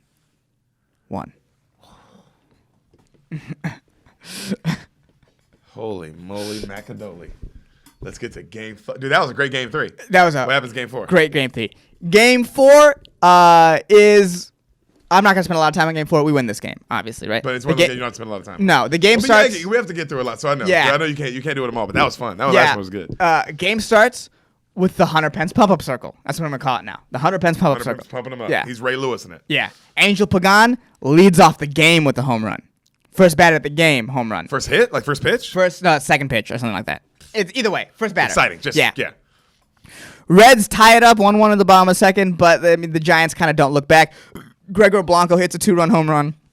Pablo Sandoval hits a home run. They win 8-3. Giants Woo! win. Oh, they Giants. let them know, like, hey, we're Yeah. about to go to Game 7. Yeah, we're about to get Game 5. Game version of Game 7. Game version of Game 7. Yeah. First round, Game 7. First round, Game 7. Yeah, first Yeah. round, Game 7. Lincecum comes in the middle of the game, pitches 4.5. Wait, in Game 4? In Game 4. Okay. Pitches 4 1/3 innings of relief, only 2 hits allowed. So he's like, oh, okay. He's dealing from the bullpen. Okay. Dealing. Now people are talking in the media, maybe Lincecum should start a game. Interesting. That narrative begins. That's important. Narratives are important. That narrative begins. The series tied 2-2. Total elimination games 1-2. This is awesome. Game 5, NLDS. Give it to me. In Cincinnati. Matt Cain versus Matt Latos. Now let me tell you about this little bitch boy, Matt Latos. Little bitch. This little bitch boy. So back in 2010. Hard words, dog. Yeah, no. He listens to this Hey, podcast. Latos, you a little bitch boy. Back in 2010, Latos is the ace pitcher for the San Diego Padres. Okay. Right? And in 2010, in late June, early July, Padres had a 10-game lead on the Giants for the NL West. And in the late season, Giants come storming back, and they beat the Padres in Game 162 to win the NL West and knock the Padres out of the playoffs. Beautiful. And Latos was their pitcher that game. Right? This is Latos' revenge. Latos is excited for this. Latos comes out to the media afterwards saying how the Giants are cheaters, how the Giants suck, because the Giants were ahead of the Reds. Oh, no, sorry, ahead of the Padres on the waiver wire. So they picked up a guy named Cody Ross so the Padres wouldn't pick him up. Uh-huh. Cody Ross goes on to hit 2 home runs off of Roy Halladay in Game 1 of the NLCS and wins NLCS MVP for us in 2010. So Latos is very salty about that because they could have had him. So I get it. So there's some bad blood with Latos and y'all. Mm-hmm. So, Personal. It's not even with the Reds. It's just personal. Personal. Okay, I like that. Personal. I like the little drama. The Monday before Game 5, because I think Game 5 is on like a Tuesday or some shit. Yeah. Latos is signing balls for like the Reds fans, and he signs them with the words, "I hate the Giants." I actually kind of like this guy now. Yeah. So needless to say, the Latos and the Giants, they don't like each other. They don't like each other. I love that, though. Yeah. And Latos hates the Giants. This is his first postseason start I know. against the Giants this year. Latos is 2-0 with a 0.56 ERA. Oh, he's kicking y'all's ass. He's fucking us in the ass. So he wants y'all to know, hey, bro, I got a problem with y'all. He was also one of the pitchers in Game 1 that when Cueto got injured, he's one of those pitchers. He came in like 2 innings of shutout relief. When they were getting wins. Yeah. Yeah. Okay. Game 5. All right. Kane versus Latos. First inning, Giants get 2 on with singles with 1 out, but Pence and Posey both pop out. Latos gets out of the inning. And then Kane gives up a single on the walk, so 2 on, 1 out, and he strikes out the next 2 batters. So it's 2 outs now. No, 2 out. So with 1 out, he gives up 2 singles. Okay. And he strikes out the next 2 batters. So 3. 3. Okay. So they get out of the inning, but I just want to show you both pitchers don't necessarily have their best stuff. Yeah, because they're getting tapped. They're getting tapped. All right. So we skip forward to the 5th inning. Ooh, what score? 0-0. Bottom of the 5th, top of the 5th? Top of the 5th. Okay. Gregor Blanco starts off the inning with a single. Blanco! Starts off the inning with a single. Oh, that's my boy. I like Blanco. Our 8th place hitter is our shortstop named Brandon Crawford. Okay. Hits the ball down the first base line into the corner. Stand-up triple. Blanco scores from first. 1-0 Giants. It's Crawford's first hit of the NLDS. Hey, bro, sometimes all you need is one. Kane is the next hitter. Grounds out to the pitcher. Can't score the run because the ball goes back to the pitcher. Right. Pagan is the next hitter. He hits a bouncing ball to the second baseman, a guy named Zach Cozart. Right. Instead of going to first for the sure out, Cozart tries to throw home. On the exchange, because his body is twisting weird, because you're naturally going to first base. Your body's twisting weird. He drops the ball on the exchange. Everyone's safe. 2-0 Giants. These niggas are choking. Yo, so right now, okay, Hassan, let me stop right here. At this moment, wherever you are watching this, are you like, they're choking? Are you feeling that? Where I am watching this comes into play in a second. Oh, go ahead. Yeah. All right. I'm glad that came up now. That's such a great... I'm curious because it's like you have to be thinking. Because me right now, I'm going, oh, they're choking.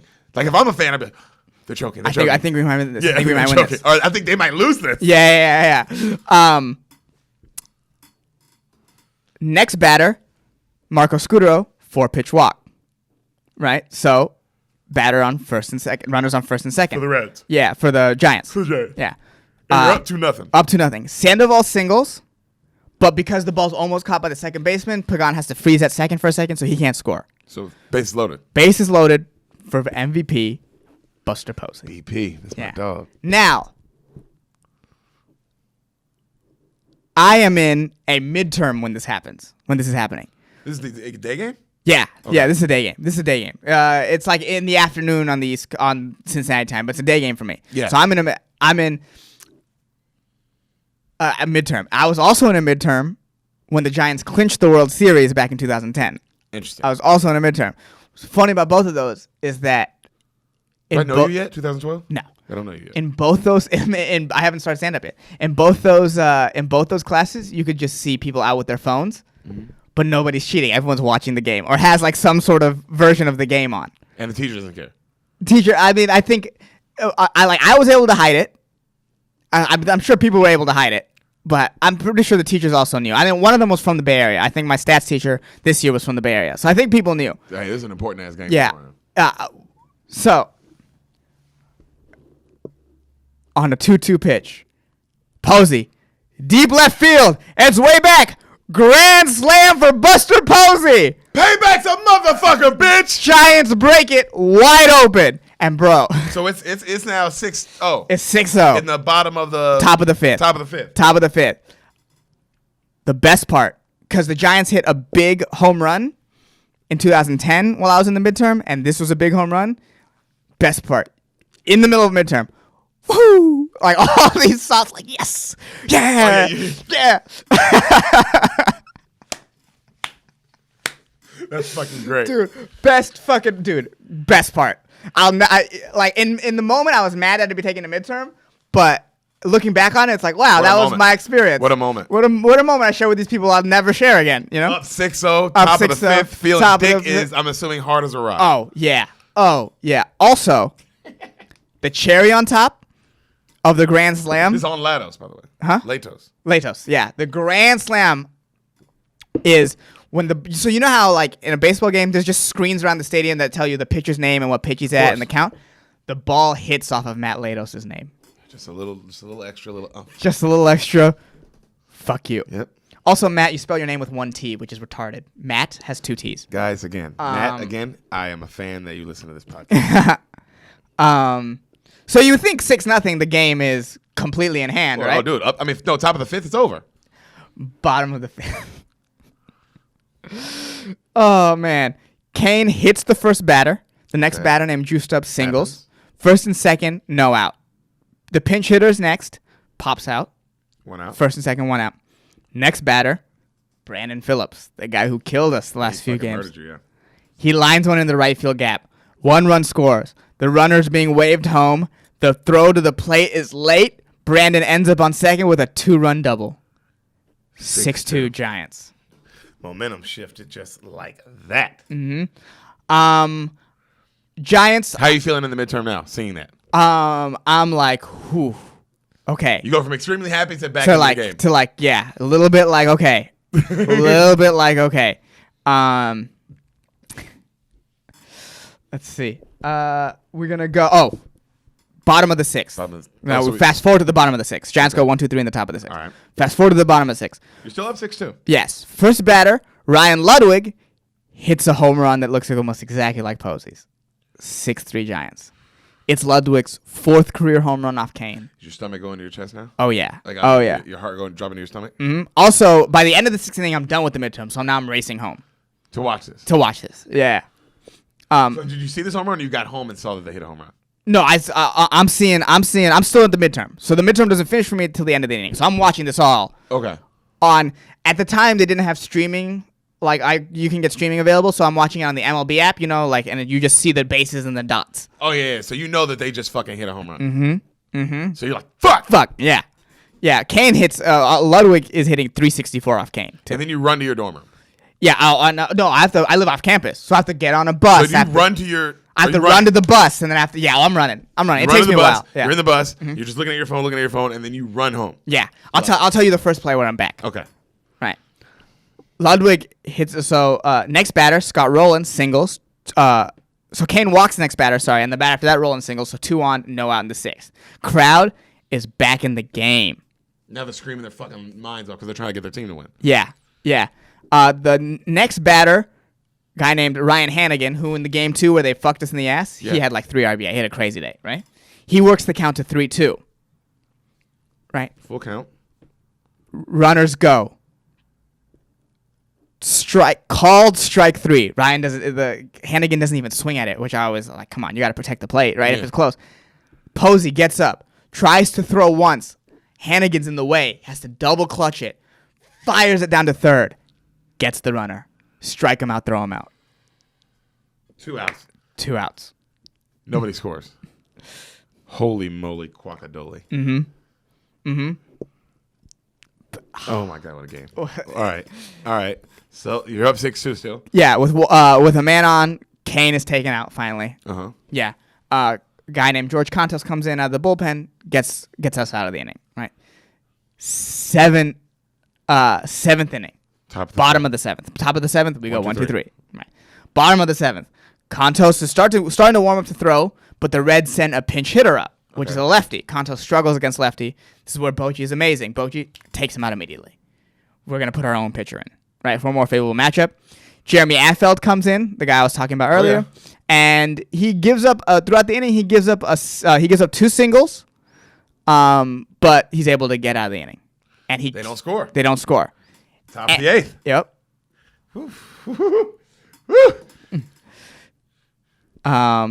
So top of the 8th. This is a weird thing that happens, but it's important in the game, right?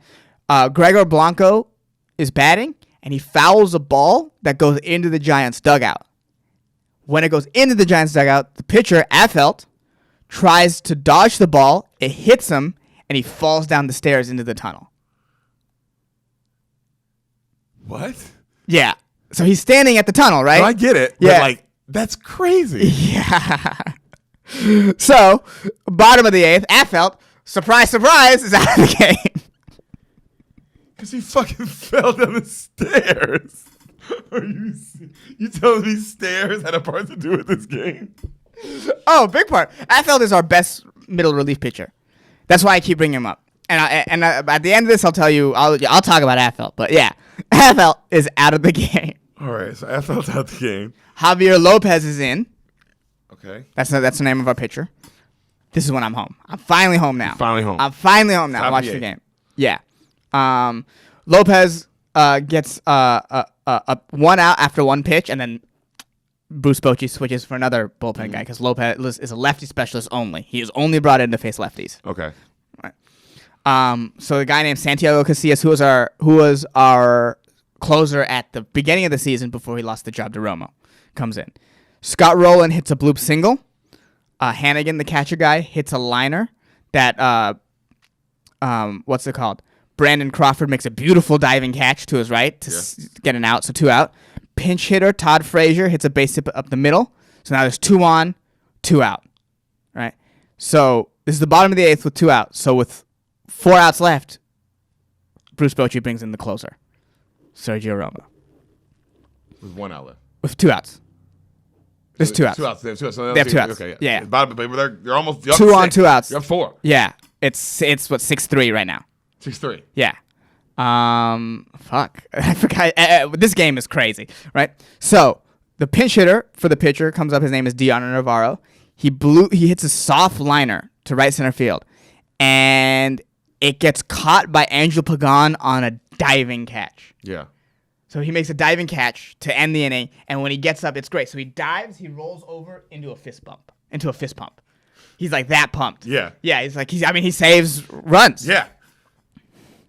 You're up 6-2? I mean 6-3 still. 6-3. Yep. Going in the top of the 9th now, right? Mm-hmm.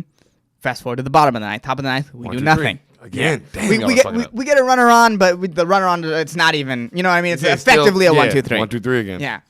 First batter. This is for the game. Bottom of the 9th. First batter. Can I ask you a question? Mm-hmm. The other series, is there already a winner? No. They're also in Game 5. Let me tell you, the other series. Tell me after this game. Yeah. Tell me after this game, because that's all I want to know. Literally what's next. Okay, go ahead. Yeah. Keep going. So, The first batter, Brandon Phillips, pops out. Okay. First time we get him out in a critical situation the entire series, right? Second batter, Cozart, walks. Joey Votto, former NL MVP, singles, 2 on, 1 out. Okay. Tying run comes up to the plate for the 4th consecutive inning. So for 4 innings straight, the Reds have had the tying run at the plate. They've had a chance. Mm-hmm. Ludwig rips a single to left field. The runner from second scores, no play at the plate. 6-4. 2 on, 1 out. Winning run is now at the plate. Jay Bruce, the guy who hits all those homers, comes up. The crowd goes wild. 11 pitch at bat. How many out? 2 outs. 1 out. 1 out. Oh my God. 11 pitch at bat. Throwing up? Oh, I am losing my fucking shit. Because you're like, he's about to win this game. He's about to win this game. In 2002, Game 6 of the World Series, Giants blew a 6-run lead. Oh, so you're like, I've seen this game before. I've seen this all play out before. On pitch number 12, Bruce pops out to left field. 2 outs. You're still not done. 2 outs, runners on first and second. You're not done, though. Not done. Scott Rowland, he's won World Series before, 8-time Gold Glover, borderline Hall of Famer, comes up. On a 1-2 pitch, Rowland swings and misses. Strike 3. Giants heading to the NLCS. Fucking came back, made the impossible possible. Mm-hmm. You get past round 1. First NL team to come back from 0-2 NLDS deficit. Total elimination games won, 3. Now, what happened in the other fucking So, series? the other game happened later that night. Which is, who's playing? Washington Nationals versus the St. Louis Cardinals. They're also in Game 5, right? Nationals are up 7-5 at the top of the ninth. Yeah. They're playing in Washington. So Nationals just need to get out of the top of the ninth, right? Cardinals have 2 out with only 1 on. So the Nationals are in the driver's seat. And they blow the game. Cardinals load up the bases, get a single from a man named Daniel Descalso, ties the game at 7. Then the runner from Descalso. This is in the ninth? This is in the top of the ninth with 2 outs. 2 outs, 1 on. Cardinals are able to load the bases through walks and a single. Descalso gets a single to tie the game at 7 because they're up 7. They're down 7-5. And then the next batter, Pete Kozma, singles in 2 runs. Cardinals win the game 9-7. Them niggas choked, fool. Mm-hmm.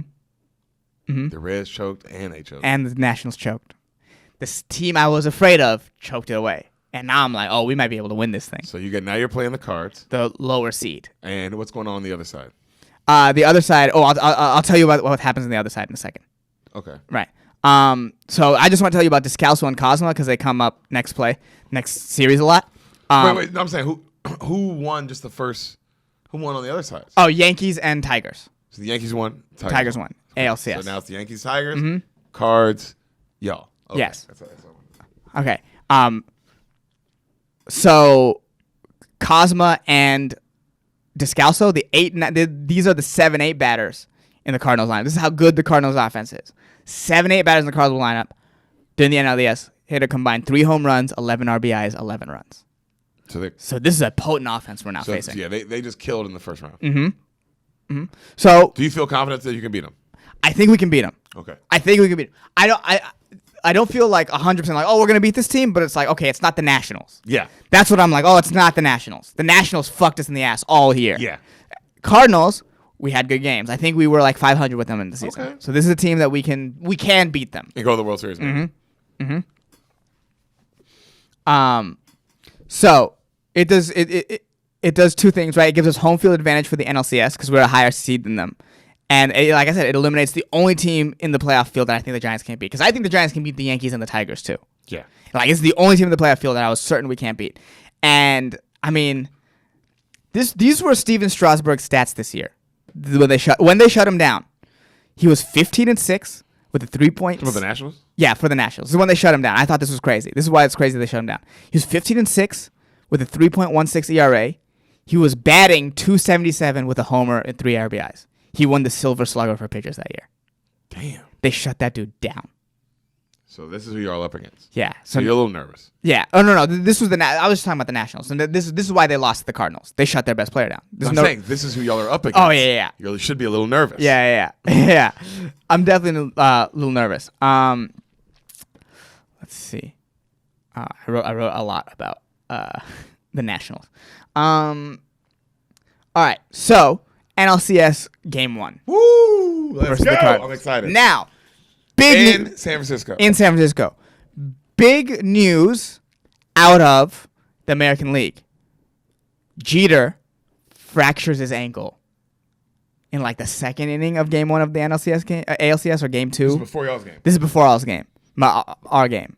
Fractures his ankle. Yankees are kind of lame ducks for the rest of the series. They get swept by the Tigers. Wow. Different series if he doesn't break. If he doesn't, obviously. Yeah. Wow. Mm-hmm. Interesting. So you know who you're up against. Yep. So that pretty much happens to Jeter. Everybody knows who they're playing. Oh yeah. As the second he breaks his ankle, it's over. Both teams are y'all, Cardinals and y'all are like, well, we're playing the Tigers. Playing the Tigers. We're playing the Tigers. All right. So let's. Oh, I love it. Mm-hmm. I love it. So let's start y'all's Game 1. This is the Cardinals' 7th league championship series since 2000. So this is a dominant NL team. Cards. This is also a matchup of the last 2 World Series champs. Y'all won, they won. Yep, we won 2010, they won 2011. That makes sense. Because I'm like, I remember right when you said it, I was like, oh, they were good. Mm-hmm. Let's do this. I'm excited, dude. Lance Lynn versus Madison Bumgarner. Game 1. Game 1. We go to the top of the second. First inning, nothing happened. Nothing happened. Molina hits a single. Last year's World Series MVP, David Freese, comes up, and he hits the ball into the gap in left center. It just carries barely over the fence. 2-run home run by David Freese, his 6th of the postseason. He's hot. And they're up 2-0 now. Yeah. Second inning. Yeah, 2-0. Bumgarner, through 2 innings, is 40 pitches in. Okay. That won a lot. Yeah. To the 4th inning. Right? With 1 out, Descalso doubles. Cosma doubles down the third baseline after him. 3-0 Cardinals. Descalso scores. Getting that ass down. Cosma steals third. Bumgarner strikes at the pitcher, but the leadoff hitter, John Jay, singles. 4-0 Cardinals. Ooh, how you feeling now? At the house? Or were you watching this at the house? At the house? Yeah, at apartment. Your apartment, yeah. Mm-hmm. The next batter, Carlos Beltran, hits a fly ball in the left. 2-run shot. Oh, what score now? 6-0 Cardinals. In the what inning? 4th inning. Oh my God. Bumgarner pulled. Yeah, you got to. Mm-hmm. Bottom of the 4th. Scudero base hit. Giants' first hit in the 4th inning. Sandoval strikes out. Posey pops out. So with 2 outs, Pence singles, moves Scudero to third. 1st and 3rd. Brandon Belt hits a ball, singles a ball, brings home Scudero. Pence goes to third. So 6-1. Mm-hmm. Blanco is next. He hits a ball to the center field wall. 2-run score. Blanco slides into third with a triple. 6-3. How many outs? 2 outs. All this is 2 outs. All this is 2 outs. You're back in the game. We're back in the game. Yeah. On a 3-2, Crawford hits a liner that hits the wall. Crawford ends up at second. 6-4 Cardinals. All the runs scored with 2 outs. Mm-hmm. Pinch hitter comes up next. Walks. Another man on. 1st and 2nd. 2 out. Pagan hits a ball up the middle, but Descalso makes an incredible diving stop. From his belly, flips the ball to Cosma. Gets the out at second by this much. So they saved their ass. Uh-huh. Holy shit, they saved their ass. Yeah. Now we're 6-4. Yeah. Going into the 5th. Uh-huh. Jesus. First time in LCS history, both starters failed to make it out of the 4th inning because they pull Lance Lynn as well. But yeah, because they're both getting hit. Yeah, they were both getting shelled. 5th inning, Lincecum comes into relief. And Lincecum, during the 2010 postseason, they put up a graphic that I thought was crazy. He went 4-1 with a 2.45 ERA. Okay. So he just and he brings that sort of dominance out of the bullpen. So Lincecum gets out of the inning, right? Bottom of the 5th, Scudero leads off the inning with a single up the middle. Pablo moves him over to the ground with a ground ball to first. Yeah. Posey walks, so 2 on, 1 out. The next 2 batters pop out. Jeez. 6-4 still. Yeah. So the 6th inning, nothing like really happens, but Lincecum gets pulled in the bottom of the 6th. He goes 1, 2, 3. Yeah. In the bottom of 6, Lincecum gets pulled because he's up to come with a hit. And now the narrative of Lincecum should start a game is just fucking going. They're talking about it in the game now. How Lincecum should start. Lincecum should start. Lincecum should start. Media's going crazy. Media is, yeah. Oh, yeah. And this relief appearance is pretty much not, you know what I mean? It's like, I think it's unavoidable now that Lincecum starts the game. Okay. In 7th inning, Affeldt comes in. He pitches. After he fell off the stairs, the only thing he really injured was he jammed his thumb. God, what I thought you were about to say was his pride. Yeah. I'd have laughed really. Man, that's so Yeah. funny. The only thing he really injured was his manhood. Affeldt goes 1, 2, 3. In the bottom of the 7th, Scudero strikes out swinging, which is a crazy occurrence because that's only the 15th pitch Scudero has swung and missed at since he's joined the Giants. Damn. Let's play. Go ahead. Yeah. What were you going to say? It's a crazy playoff. Yeah. Oh, this is crazy. 8th inning, nothing happens. And in the 9th inning, with 2 out, bottom of that, Pagan singles up the middle. Scudero is now up on a 2-2 pitch. He hits the ball on a shot down the line, and it looks like it's going to go past the first baseman. The first baseman knocks it down, like fumbles for the ball, flips it to the pitcher. Last second, gets the out. Cardinals win the game, 6-4. Game 1. Game 1. Tight. A tight game. Y'all didn't just get your ass beat though. Yeah. Man.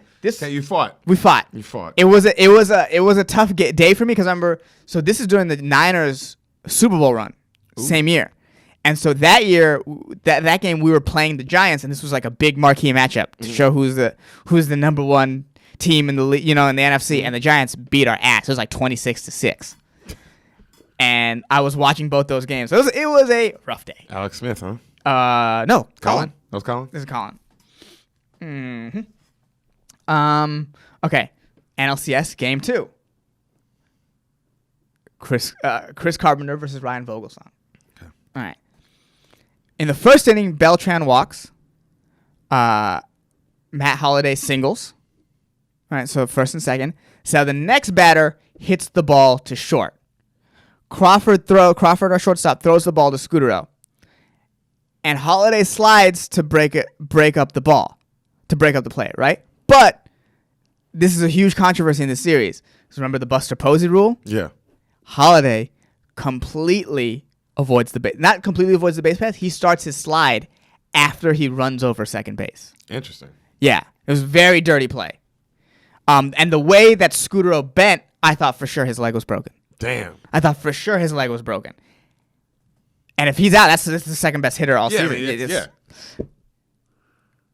What Scudero ends up staying in the game. No call. He's out at second. That's it.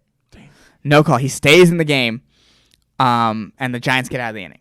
But this is a huge, we're talking about. This was a big story, and the Giants management was pissed because they thought it was another Posey situation. That's bullshit too. Mm-hmm, it is. Pagan homers leadoff homer in the bottom of the first, 1-0 Giants. This ties him third for leadoff postseason homers of all time. This thing is going off. Bro. Yeah.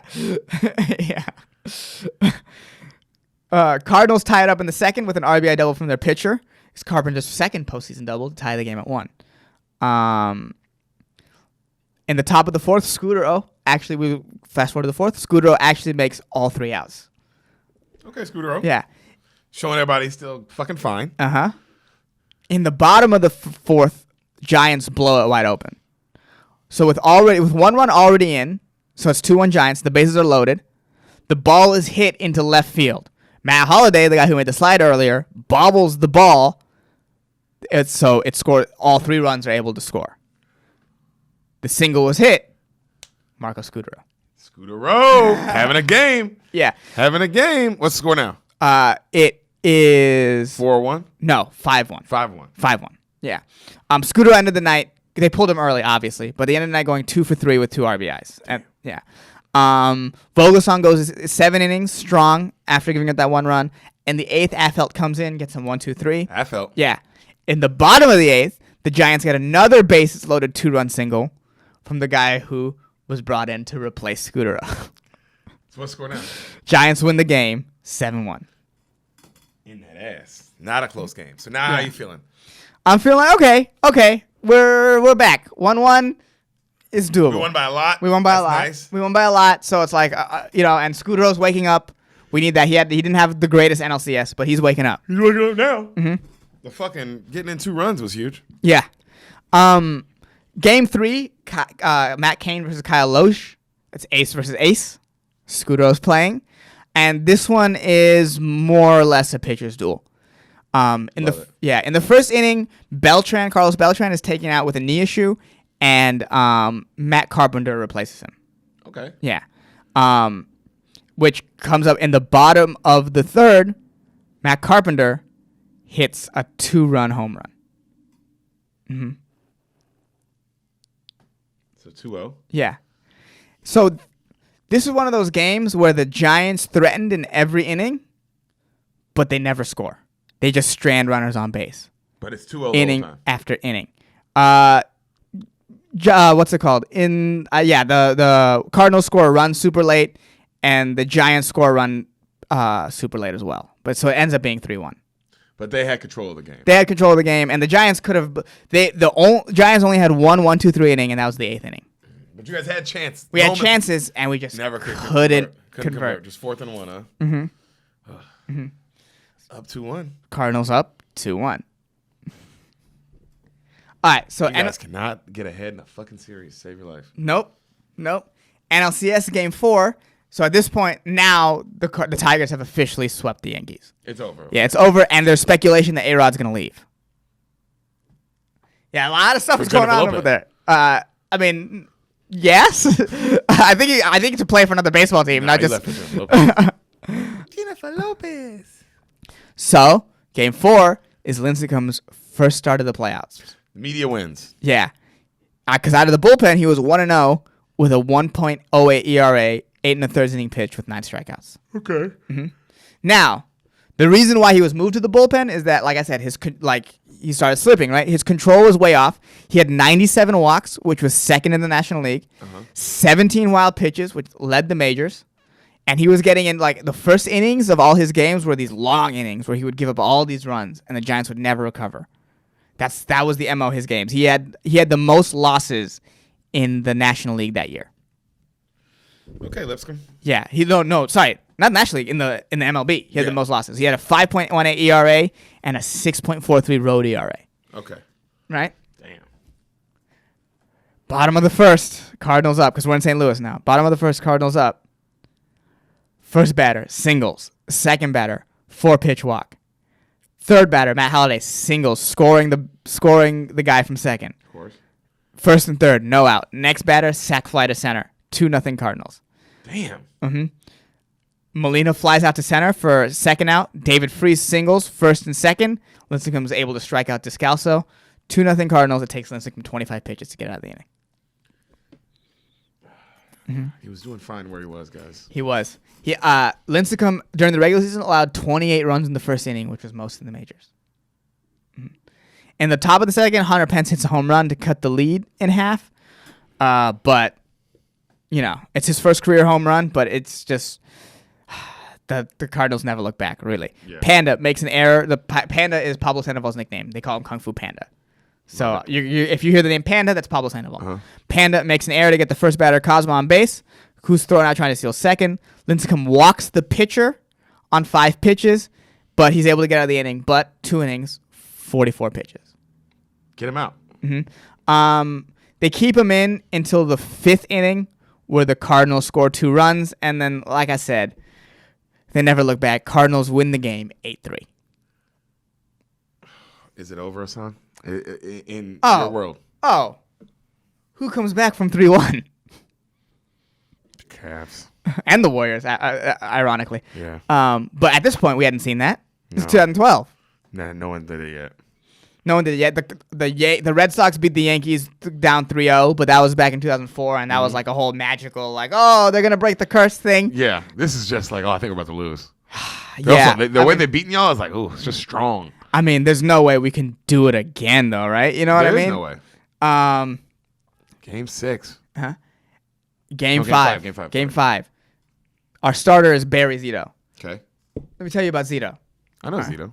So, beginning of career, stud, right? Big star, AL Cy Young winner, right? In 2007, he signed a free contract for 7 years, $162 million for the Giants. Pay the man. Yeah. Biggest contract of all time at that point for a pitcher. And pretty much lambasted by everyone as a terrible contract. Because they thought he was done. He thought he was... And he, for the first few years of his career, Zito was my least favorite Giant. In 2007, he went 11-3 with a 4.53 ERA. Failed to reach 200 innings. 2008, 10-17, 5.15 ERA. Led the majors in losses. 2009, 10-13. 2010, 9-14. Started the season off. World Series. Yeah. So he was left off the postseason roster. Started the season 7-2. Finished the season 2-12. He got the ring, but he was not on the roster. He was in the dugout in case someone got injured. Yeah. But at an active roster, he never sniffed it in 2010. 2011, he was injured. Went 3-4 with a 5.87 ERA. So 12. Barry Zito, up until this point, is one of the most hated Giants I can remember. 2012, though, Zito. So I told you all those fucking stats, right? Yes. Knowing that, I will now say Barry Zito is one of my favorite Giants of all time. Let's get into it. 2012 is a good season for Zito. He goes 15-8, 4.15 ERA, but he's like a weird lucky charm. Up until that point, that game, Giants have won his last 12 starts. Okay. Regardless of whether or not he wins it, the Giants have won. He's lucky charm. I see what you're saying. Yes. The first inning, Zito gets into a bit of trouble. Runner on gets to second, but Pablo makes a great catch at the end of the inning. Okay. In the second inning, they get bottom of the second. Cardinals have bases loaded, 1 out. Zito double play to get out of the inning. Woo! All right, Ziti. All right, Ziti. In the fourth, Giants get a single from Scudero and Sandoval. Posey strikes out. Pence hits a ball back to the pitcher. And Lynn, the pitcher, throws the ball to second to start a double play, right? It's 2 on, 1 out. The throw to second base hits the bag, bounces into center field. Scudero scores. Everyone else is safe. First and second. Belt strikes a 1-0. Belt strikes out. Blanco walks to load the bases. Brandon Crawford, eighth place hitter, hits a 2-run single. 3-0 Giants. Okay. 3-1. You feeling good? Yeah, 3-0, right? 2 outs. Zito lays a bunt down. Zito's batting. Yeah. Lays a bunt down the third base line. Beats the throw. 4-0 Giants. In what inning? 4th inning. Okay, so now you're feeling fucking good about at least today. I'm also looking at Zito like, damn, bro, you were doing everything today. Go ahead, Z. Yeah. They pull Lance Lynn. It's the second game. Lance Lynn started the game 1. Second game in a row, he doesn't get past 4 innings. Okay. Mm-hmm. In the bottom of the fourth, the Cardinals start with a leadoff double. Zito gets out of it. Gets all right. Got you to the 5th. Okay. Yeah. Take an inning at a time.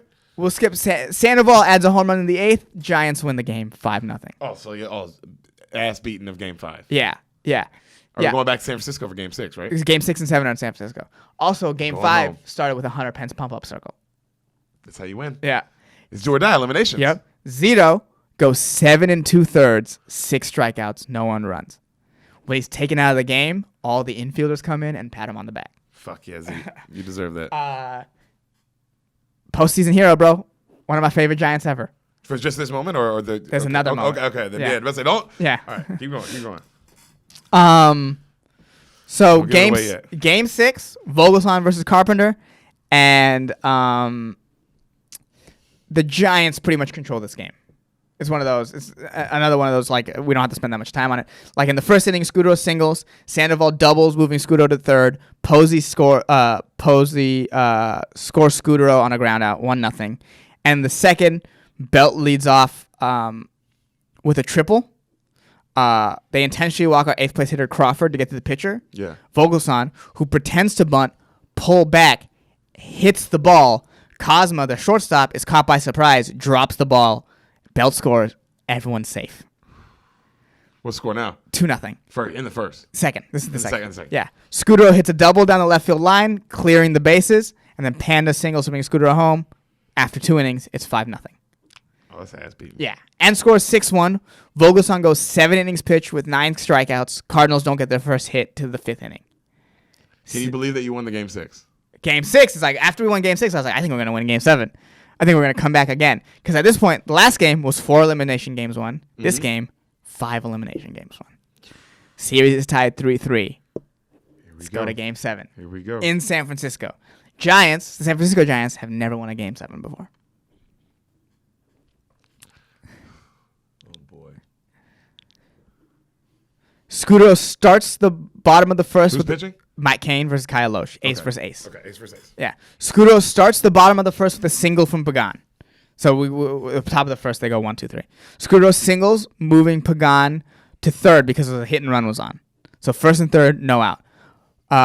Pablo Sandoval hits a slow roll to the pitcher, no play at the plate, 1-0 Giants. All right. Posey, so 1 out. Mm-hmm. Posey hits a ground ball to Cosma, who bobbles the ball before barely throwing him out. Damn, dog. And then Loesch gets Pence to get out of the inning. In the second inning, Cardinals have second and third, 2 out, when the shortstop Brandon Crawford makes a great catch to get the third out. Like running in the outfield, getting that catch sort of shit. It's tight. Mm-hmm. In the second inning, Gregor Blanco singles, moves to second on the ground out, and with 2 outs, so Gregor Blanco did it with single to 1 out. With 2 outs, Matt Cain single up the middle, singles him home. Memphis, Tennessee, baby. Memphis, Tennessee, getting it done. 2-0 Giants. Now, the third inning, from a Giants fan perspective, third inning is pure sex. Okay, let me hear it. All right. Scudero begins the third with a single. Pablo doubles down the line. Scudero's held at third. Posey walks to load the bases for Hunter Pence. Their ace, Kyle Loja, is pulled for a guy named Joe Kelly in the bullpen, right? Pence hits the ball. So Cosma breaks to his right at first. But the ball, never seen anything like it, does a weird curve. I love when balls do that. Right? So the ball in the air does this curve. So he goes to his right, ball curves, goes past Cosma. 2-run score. The center fielder then tries to grab the ball, overruns it. Posey scores from first. 3 runs scored in Game 7. Yeah, 5-0 Giants. Now. And what in the third? In the third. Now, on the slow-mo of the pitch, on the slow-mo of the thing, because they're like, why did the ball curve like this? On the slow-mo, you see Pence, when he hits the ball, the bat breaks. So because of the break, the bat, instead of being a straight line, is like this now, right? Yeah. And so while he's following through, the ball hits the bat 3 separate times in one swing.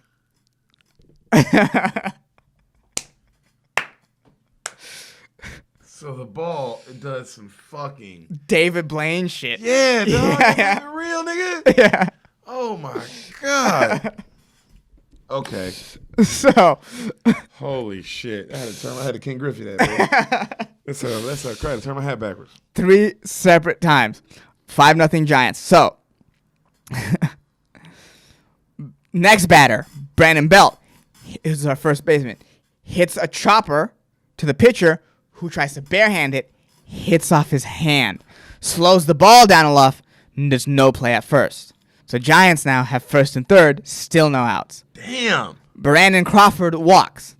Bases loaded. Blanco walks. Gregor Blanco walks. Brandon Crawford, bases loaded, right? Hits a slow chopper up the middle, right? Cosma, who's been having all this trouble in the inning, feels the ball. Instead of going for the show out at first, he tries to make the running throw home. Pence beats the throw home. 6-0 Giants. Oh, my God. Yeah. This is sex. Yeah. Oh my God. Kane finally strikes out for the first out. Right? Angel Pagan. So this is now we have first and third, one out. Angel Pagan hits a ball to Cosma, ground out to Cosma, routine double play ball. On the flip to second, Cosma's flip is high. So the second baseman He's just panicking. Comes down with the ball, doesn't have enough time to make the turn to first. Pagan is safe at first. Run scores 7-0 Giants. With now 2 outs.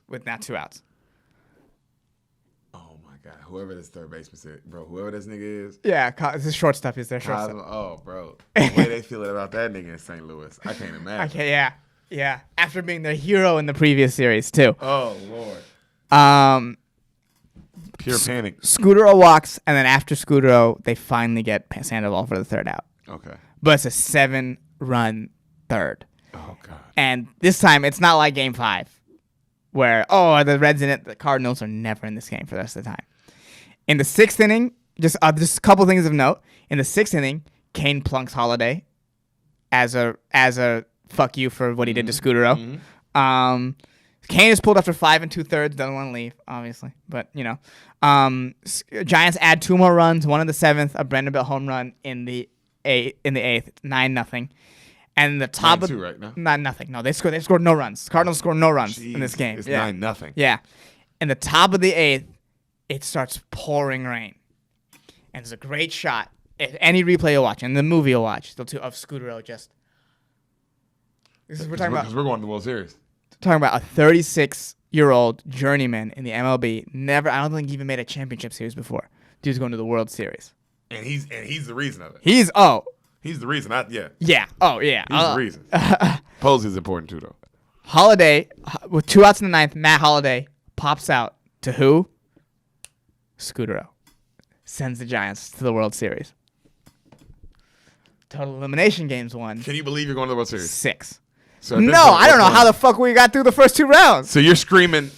So third inning, you're screaming. You're just like, yeah. Oh my God. Third inning, I knew we were gonna. I for whatever reason, I knew they weren't gonna do the Cincinnati thing and try to come back. I was like, we have it. We fucking killed their spirit. And then bottom of the 9th, you're counting it down. Yeah, because you know what killed their spirit? It wasn't the fact that we just scored the 5 runs, because we scored 6 runs on Cincinnati. They still fought. It's the way we did it. It's the bat.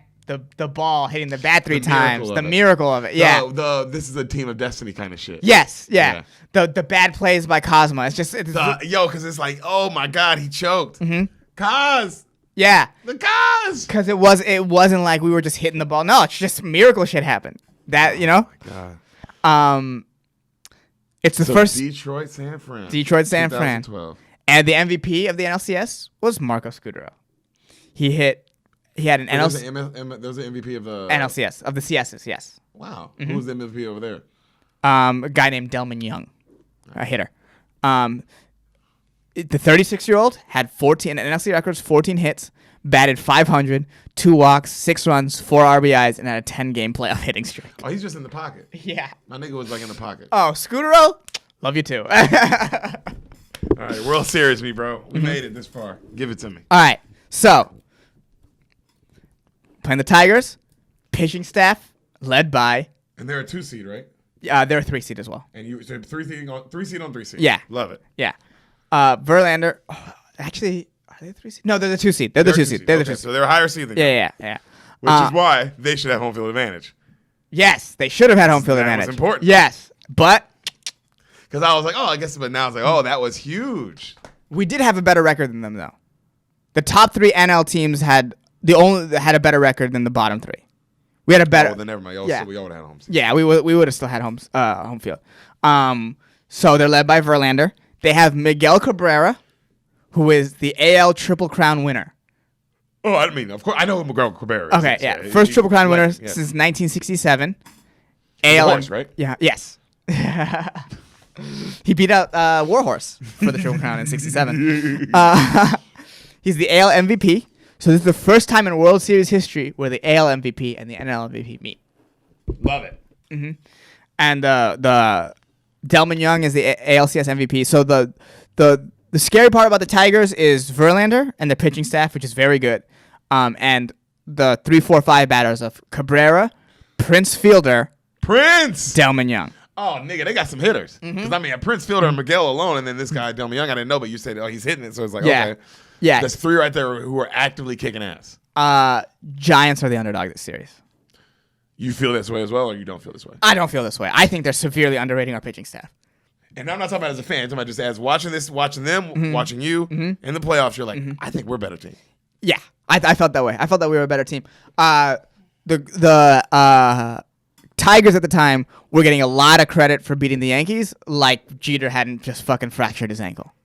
That's Go fuck yourself. It's like giving Toronto a bunch of credit.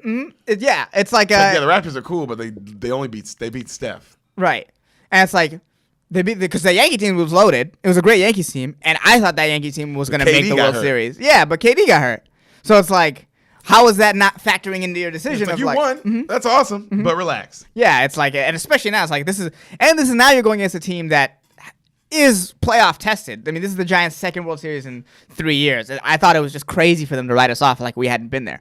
But up until that time, 2010 in the baseball world was generally thought of as a fluke. Yeah. I didn't think so because I thought, well, we had the best pitching staff of the year. Of course, that's what happens. Cold the next year, so it was like, it couldn't be that much fluke. And now y'all are back in the World Series. Yeah, so like how much? Oh, it's definitely not a fluke. Like what? Like you give us some credit. So Verlander, who is 3-0 with a .74 ERA in this postseason, with opponents batting 122 against him, is facing Barry Zito. Game 1, World Series. Let's go. I'm in. 2012 World Series, Game 1. Yeah. So with 1 out, Zito gives up the single and walks Miguel Cabrera. So it's 2 on, 1 out with Prince Fielder and the ALCS MVP Delman Young coming out. He gets Fielder to pop out. Delman Young grounds to third. Zito gets out of the inning. 1, 2, 3. 1, 2, 3. That's how you do it. Bottom of the first. Verlander gets 2 quick outs. Now he comes and faces Pablo Sandoval. Do you remember what happened the last time Sandoval faced Verlander? Do you remember? It's the All-Star game. Pablo Sandoval hit the first bases clearing triple in All-Star game history. Yeah. That's why the All-Star game is also really important. Because Pablo, on a 0-2 count, gets a pitch high and inside and hits that bitch to center field. 1-0 Giants. Woo!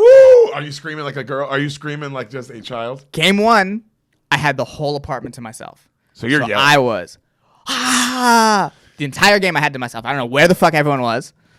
It was at nighttime, so I don't know where the fuck they were. I was going fucking wild. That's how it starts. First inning. Love it. So you're up 1. You took Verlander yard. And we go to in the second inning, they both cruise. In the third inning, Zito gives up a single. Blanco makes a great diving catch for the third out. Okay. Right, to get out of the inning. Like a great diving catch. Got Zito out the inning? Yeah. It's Blanco, just the defense. Blanco, oh my God. I can't wait to watch this shit. So, in the bottom of the third, Verlander gets 2 quick outs. With 2 outs, Pagan hits a ball that should be an easy ground ball to third. But the ball hits the bag. So he hits a ground ball to third that hits the bag, shoots into center field. Pagan ends up at second base. On a 3-2 pitch, Scutaro singles him in. 2-0 Giants. Feeling good. Pablo Sandoval's up to pitch. All right. Up to bat. Feeling good. On a 2-0 pitch. This ball is low and away. Pablo hits the ball. Fly ball opposite field. Fly ball in left. Back at the wall. He's homered again. 3-0. 4-0. 4-0. Two. Yeah, 4. There's a great shot. What inning is this now? This is the 4th. This is the 3rd, sorry. There's a great shot of Verlander watching the ball go out, and you'll see it in the movie, and he just goes, wow. In the 4th inning, Prince Fielder starts with a single. Fast forward, this is only hit of his series. Whoa. Yeah. Fielder starts off with a single. Delman Young hits a chopper that hits the plate. Posey, from the catcher's position, is able to grab the ball off the hop, tags Delman Young at the plate, who hasn't even started running yet, and then throws out Fielder at second. Posey's fucking first ballot, dude. Posey's first ballot Hall of Famer. First ballot. Absolutely. I had to watch the nigga. That's first ballot right there. My God, that's amazing. Bottom of the first, Belt walks. Blanco strikes out. Crawford then moves Belt to second. And with 2 outs, Zito comes up and pushes the ball opposite field into left field for a single. 5-0 Giants. Against Verlander. So you really were going crazy. You must have been, I don't know how you didn't burn your fucking apartment down. I was going wild. I could not believe Barry Zito was getting this. You're fucking winning game 1 of the World Series. And dominating Verlander, the best pitcher in baseball. So you're seeing the possible winning 2 World Series in your lifetime already. Yeah, I'm like, seeing God, it. I'm seeing it. in If we're my doing this to lifetime. Verlander, Yeah. we're going to be doing this. Fucking, it was wild. It was wild. Zito ended the World Series with more RBIs than Prince Fielder. Awesome. Same amount of hits. Crazy. So, bottom of the 5th, we have chased Verlander out of the game. Right? With 1 out, Pablo comes to bat. On a 2-0 pitch. Joe Buck calls. Pablo hits the ball into center at the wall. Another Pablo Sandoval with a 3-homer game in World Series game number 1. Panda, you're losing your fucking mind. Pablo Sandoval, Reggie Jackson, Albert Pujols, Babe Ruth. Only 4 players to hit 3 home runs in a World Series game. I'm glad one of my favorite players is on there. Yeah. Oh, Pujols? That's my guy. I mean, if you're Sandoval, like, the company you keep is good company. Keeps good company, and that right there is Hall of Fame. Yeah. Yeah. Hall of Fame company, my friend. In the 6th inning, Zito gives up a double. The Tigers single home the run, so it's 6-1. With Fielder up, Blanco makes another diving catch to get Fielder out. Yeah. Yeah. So that's 1 out. Delman Young singles. So now there's a runner on 1st and 2nd. Bochy finally pulls Zito. Now, Zito, who's been hated his entire life, by his entire Giants career. Yeah. And by the fans of San Francisco. No one sports radio, everything, hated Zito. Not only does he get a standing ovation as he leaves, people start chanting, Barry, Barry, Barry. Man. Which hasn't been chanted since Barry. Since Bonds. That shit was inspiring, bro. Because it's like I've never had a Giants jersey. Were you chanting it too? Oh yeah. I was crying. What the fuck, chanting. I get teared up thinking about it now, dude. Like, because it's like on some real shit. It's like when things aren't going your way, who are you? And things were going his way for years, my man. Things were going his way for years, and then they weren't going his way for years. And what do? You fucking dig deep, and you figure shit out. Yep. Man, you don't give up. He could win. He could have easily given up. But he is the reason why we won this World Series. He is. Not Scootish? I mean, like, everyone had a part. Like, Panda hit 3 home runs, Posey. but it's like he saved the game. He saved us series in St. Louis, and he beat Justin Verlander. And he was game 1. y'all's weak link. Yeah, and he was our weak link. I truly, like, I haven't had a Giants jersey before, like a real one. Like, I had the Kittle one for the Niners. Mm-hmm. I think the first jersey I'm going to get is a Barry Zito jersey. Yeah. Unless somebody gives you a cooler one. I mean, yeah. Lincecum comes in after him and just slams the door in relief. So Lincecum. Game 1. Yeah. Took their hearts in game 1. Yeah. Took their hearts. I mean, and then we just score more runs in the 7th. Scudero drives in a run in the 7th. Pablo singles for his 4th at bat to score Scudero. And there was a great moment because they're doing how they do the interviews with the people in the dugout. Mm-hmm. He scores a single, and the guy in there goes, "A single, get him off the team." So they're talking shit. Yeah, they're feeling it. I wonder if that's gonna backfire. Tigers homer in the 9th, but it's too little, too late. Affeldt comes in, shuts the door. But they're Giants feeling up good because you said they're 1-0. talking shit. It's like I'm imaging in my head. You're feeling good. Mm-hmm. San Francisco's feeling good. You just took down Verlander. Yeah. So y'all are feeling cocky. Yes. Okay, let's see how this goes. 1-0. World Series game 2. All-time great pitching battle in terms of names. It's Bumgardner versus Fister. Right in the bum. Yeah. Bumgardner is struggling at the end of the season and is having a rough postseason. He got lit up in the first 2 postseason games. But the Giants found a mechanical flaw in his pitching that they're like, oh, I think we can fix this to make him better. And this is a testament to how good of a pitcher Bumgardner is. The pitching staff said he fixed it in 1 bullpen outing. I mean, dude, when you put your fucking life into your craft, your life, that's you can do that. Yeah. You can do that, bro. You can make craft altering decisions in a moment. That shit's amazing to me. But you gotta be so in tune. Yeah, you gotta be. You gotta be. This is what you live. Yes. You live Breathe, baseball. Eat, sleep. Yeah. Yeah. Absolutely. That's awesome. So we go to the second inning, right? Prince Fielder gets hit by a pitch. Okay. Delman Young shoots the ball down the third base line. Delman's hitting y'all too. Right. He is. He hit the ball and the ball hits the wall in foul territory and like does a weird bounce. Oh, I hate when that happens. Mm-hmm. That Blanco has to go then run to the ball, right?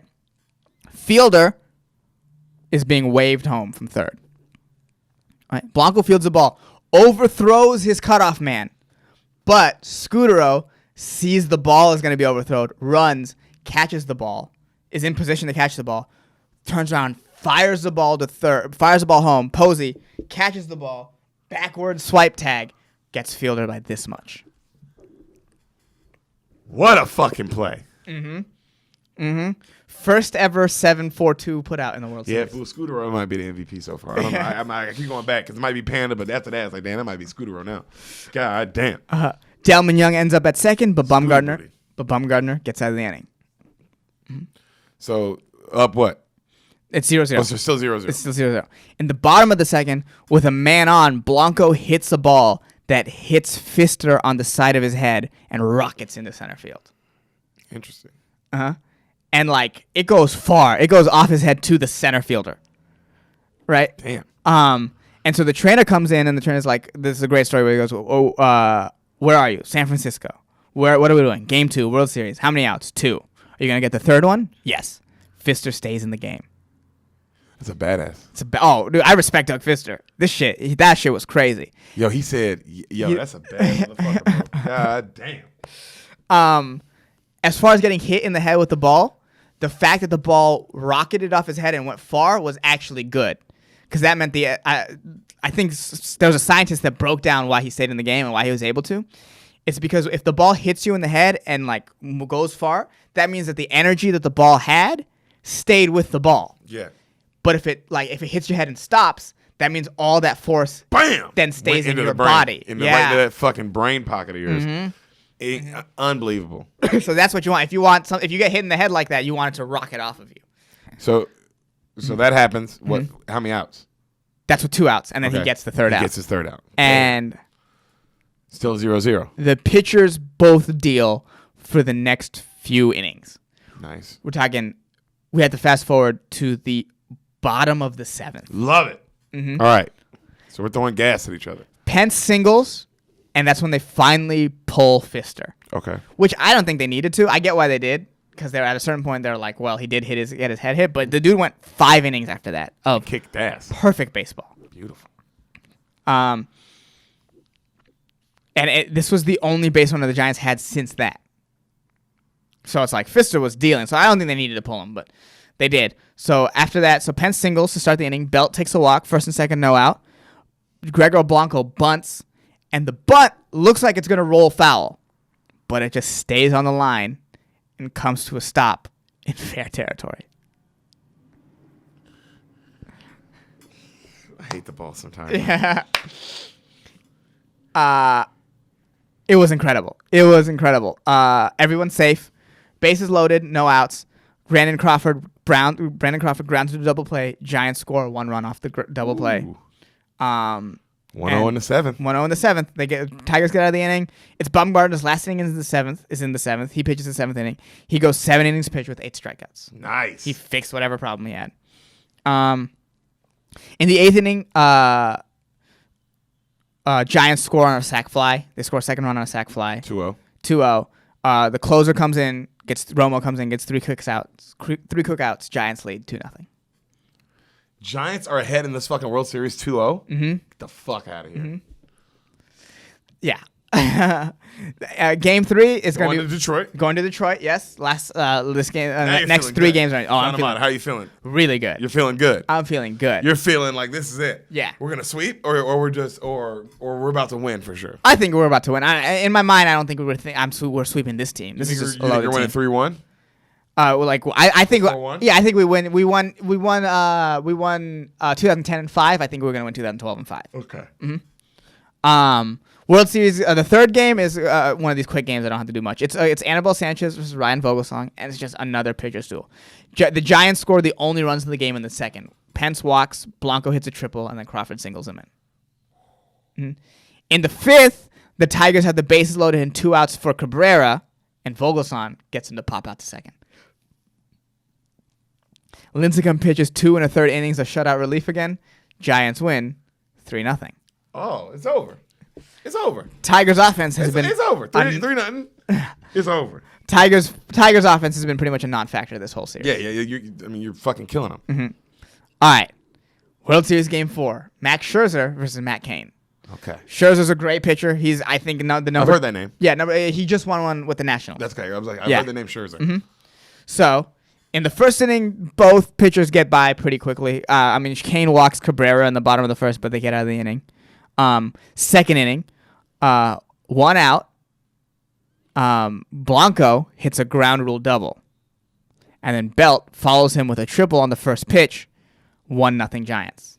And it's Belt's first hit of the World Series. How are you feeling right now? It's 1-0 Giants. We have it. We haven't trailed this entire series. This is it. So 1-0. We have it. Michael Jackson. Yeah. We strand Belt at third, but we were winning 1-0. Right. Bottom of the third. We go to the bottom of the third now. Their number one, their top hitter, their leadoff hitter, Quentin Jackson walks. The second hitter, Quentin Berry, bunts him. Austin Jackson walks. Quentin Berry bunts him over to second.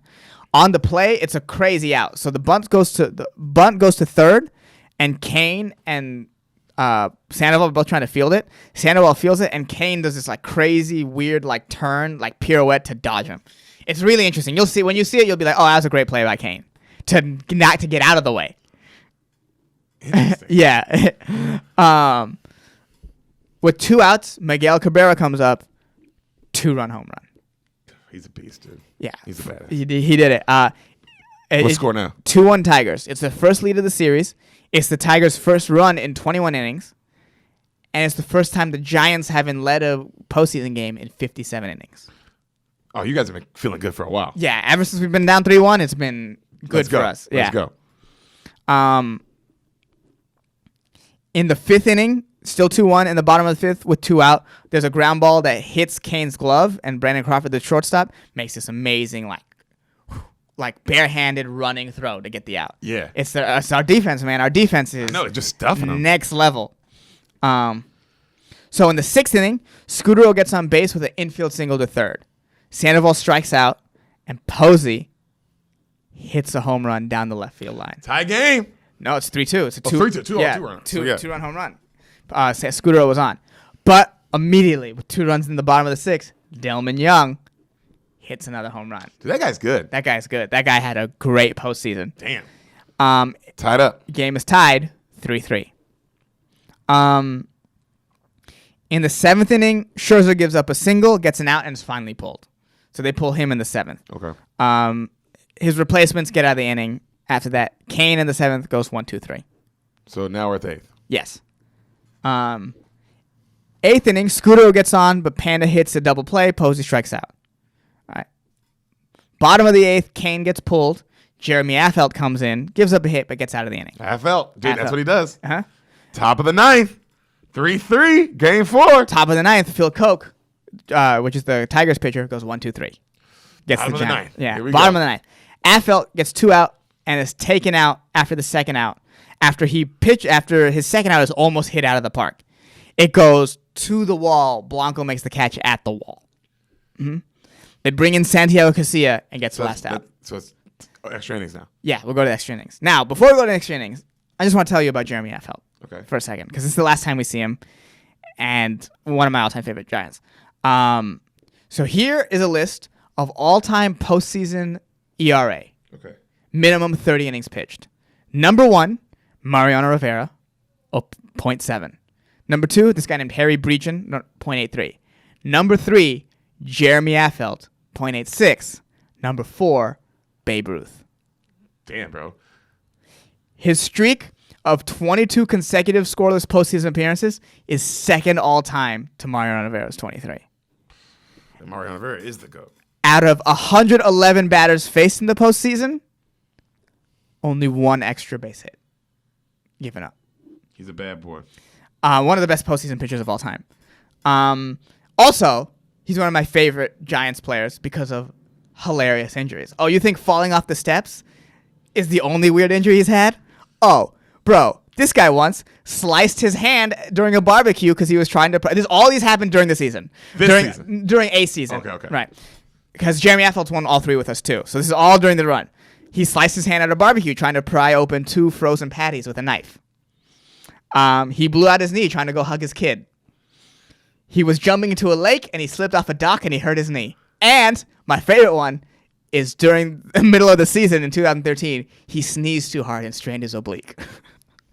You know what's crazy? So you hear those, right? You hear the first two, or like the first one or two, and you're like, "Oh, this guy's a liar." Yeah. But then you get to the fifth one, and you're like, "Oh, this guy's just a fucking idiot." Yeah. You're like, some people are like, "Oh, it's just this nigga lying all the time." I'm like, oh no, wait a minute, this guy's just retarded. Yeah. Oh, dumb dude. Dumb dude. Very funny though. But damn, yeah, he killed it in this playoff run, brother. He killed it. Every time he came in, he did his damn thing. I will say that. Every time he came in, every time he said his name, he did his damn thing. Yeah, just was lights out. Yeah. So we go to the top of the 10th. Ryan Terrio, who is the guy that Scooter replaced, comes in. He's the DH. This is his only start in the last fucking few months. Yeah. Comes in singles, right? Brandon Crawford bunts him over. Single, by the way. Huge single. Bunts him over to second. Pagan strikes out. So it's 2 outs. 2 outs. Man on second. Marco Scudero's up. Scariest man up. On a 3-1 count. Him or Posey. That's who I don't want up. On a 3-1 count, line drive into center field. Drops right in front of the center fielder. Center fielder tries to throw it home. Terrio beats the throw to home. And you hear Terrio on the broadcast. Yeah! 4-3. Yeah! 4-3. Are you also doing this at your home? Oh, yeah. I'm like, yeah. Yeah, this time I'm watching with my friends who are in San Diego, but I have a lot of college friends from the Bay, so I'm watching it with them. So we're going. So everybody does it. We feel it. Yeah, we're about to get our World Series right here. Yeah. Pablo grounds out to third to get out of the inning. Giants are winning 4-3. Bottom of the 10th. Let's go. Scudero in the postseason hit 714 with runners in scoring position. Dude, that's 1,000. Mm-hmm. That's like it's automatic. It's as close to automatic as you can get, right? It's close to automatic as you can fucking get. That's crazy. In the bottom of the 10th, Sergio Romo comes in, strikes out the first 2 batters. Right? Sergio Romo only has 2 pitches. He only has a slider and he only has a fastball. He's been throwing only sliders. They can't hit it. All he's been throwing is sliders, right? So now, 2 outs, down 1 run, Miguel Cabrera comes up. And they got your boy still pitching. Yeah, Sergio Romo's still pitching. Romo is only throwing sliders. Works the ball to a 3-2 count, right? Oh. 2-2 count, sorry, 2-2. 2-2 count. And Cabrera's fouling stuff off, right? So 2-2. The only time Romo throws a fastball this entire inning, he throws the fastball. Cabrera thinks it's going to move. It doesn't move. Down the middle, called strike 3. Sweep. First sweep in Giants history. 2 World Series. In 3 years. Holy shit. Came down game 1. Round 1. Came back round 2. Uh-huh. Fucking sweep round 3 in the Sweep fucking round 3. championship. Yep. That's a fucking run, brother. Total elimination game 1, 7. Damn. Mm-hmm. On their streak, on the whole streak, elimination games, Giants went 15-2. That's pretty fucking good, bro. Mm-hmm. Holy shit. Out of the 3 teams, this is my favorite team. I get it. Yeah, why. I get why. Yeah. This team shouldn't have did it. No. That's why. No. This team shouldn't have did lost it. their best player in the middle of the season. This team shouldn't have did it. Yeah. Everything about this story, they should not have did it until it did hit a certain point where you even like I was like, oh, they're about to do it. Yeah. It was just it was when I was told you was like, oh shit, that one team's choking. The Reds. Because I was like, right then, nigga, it's like, oh, they're choking. And it changes everything. Yeah. It changes everything. It changes I'm sorry, it changes everything all the way to the World Series. That one, like, oh bro, I think we can beat these niggas. It's crazy, like what a fucking mindset can do to a group of people. Mm-hmm. They can get anything. The Hunter Pence pump up stuff, because it's not like Pence that season, and this is why like for championship teams, like you need that sort of emotional leader. That can be just as important, because Pence had some big hits. Obviously, I mean the one that hit this bat 3 times, and Pence. You know who Pence was to me in this? Yeah, he was Draymond Green. Yeah, Pence to me in this telling in this movie that you just did for me.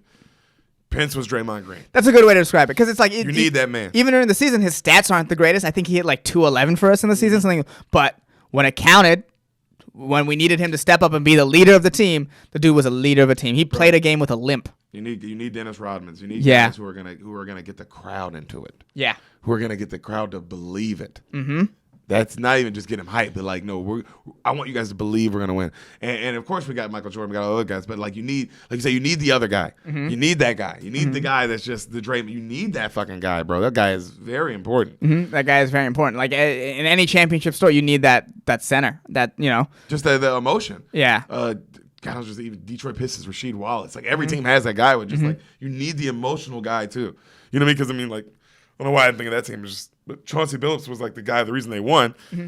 When you think about the reason they won that championship, you think Chauncey Billups, but it's like, nigga, Rasheed was so important. Yeah, that shit is important, because any sport, a season is long. Season's long, especially baseball. 162, you go down 0-2 after 162 games. Your spirit, that makes the season longer. Yeah, your spirit might be broken, and to have that guy to be like, no, let's huddle up and let's get this fucking right. Yeah, and he takes you to the promised land in the first round, and then you get down 3-1 in the second round, but you're already like, nigga, we've been in worse positions. Right.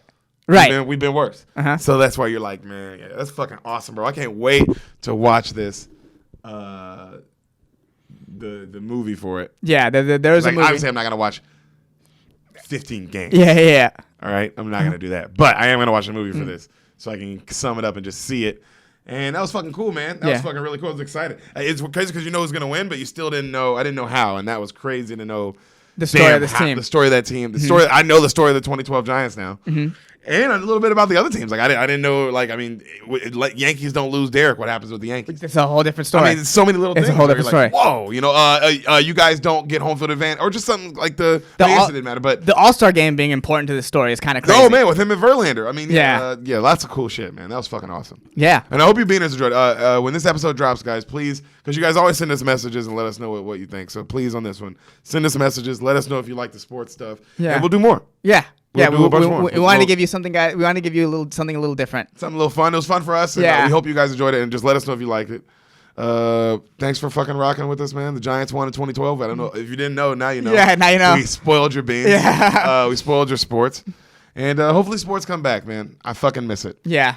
I fucking miss it. And it was cool without the fans. It's cool, but I couldn't do it for long. I will admit that. I will admit that. It's cool without the fans, bro. It really is. It's cool. The UFC was cool. I'm glad they're doing it. And baseball needs to fucking figure that shit out and get it popping, because their sports like, it's like get it popping. Tennis, get popping. Golf, get popping. I'll watch golf. I watch shit out of tennis. Yeah. I like tennis. And I like tennis before this. You know what I mean? But like I'd watch some golf. Baseball needs to get popping. Basketball, you're done. Sorry. And football, we'll figure it out. I don't know how college, there's no such thing anymore. So, we'll figure out how to recruit. But bring sports back, but we need the fans. Because all that energy is like without the fans. Yeah. Bro. But until the main car fights where the niggas was making big money and it mattered, every nigga that won didn't give a shit during UFC. Yeah. That was the thing that fucked me up the most, was nobody until Gagey and who else celebrated? Another guy celebrated. Mm-hmm. Only like 2 or 3 people celebrated, bro, or had that because I mean you could feel the emotion of like, oh man, the Henry Cejudo guy. Yeah. When he won, he gave you could tell it's like, oh, that nigga's on 10 always. Right. Also, you know what else is interesting? Without the fans, you see who's really on 10. Right. You see who really needs it, and who really is like, oh, bro, you die, win or lose. Mm-hmm. Well, remember the dude who Henry beat didn't want to shake his hand. Yeah. He walked out. Yeah. And then they didn't shake hands, and then he was talking shit. Remember, he was like, "Oh, he was mad at the ref." Yeah. Hey, nigga, you lost. You took 11 punches in the face. Yeah. Because I remember you thought also, like, oh, he might have been getting up, and then when they slowed that shit down, it was like, oh, you can't take 11 shots to the face. Before the referee's like, oh, what's going on here? But the fans are so important. Like, in the last out of the NLCS, in what I just told you, right? Yes. So first time the Giants have clinched a series at home during the run. So half the what makes the play so special is the roar of the crowd. You tearing up when they're chanting Barry. Yeah. You can't get that with the Oh my God. And don't get me wrong, the emotion, like I said, the emotion of Henry winning was awesome. When he yelled, because I was watching, I was yelling. Yeah. I was sitting there right there like, let's go, because I like that. But bro, moments to make you like, not that a person still can make you cry, but it's just different, bro. The fans can make you cry, bro, just by you chanting the motherfucker's name. Like that shit is them chanting MVP. The roar of the crowd, a crowd cheering on another motherfucker when they get hurt. Mm-hmm. Like even though that's not on their team, bro.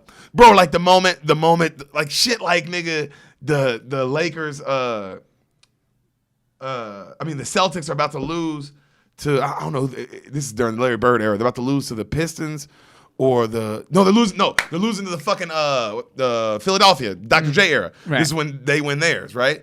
And they're about to lose Game 6 or Game 7, and it's over, and the whole crowd.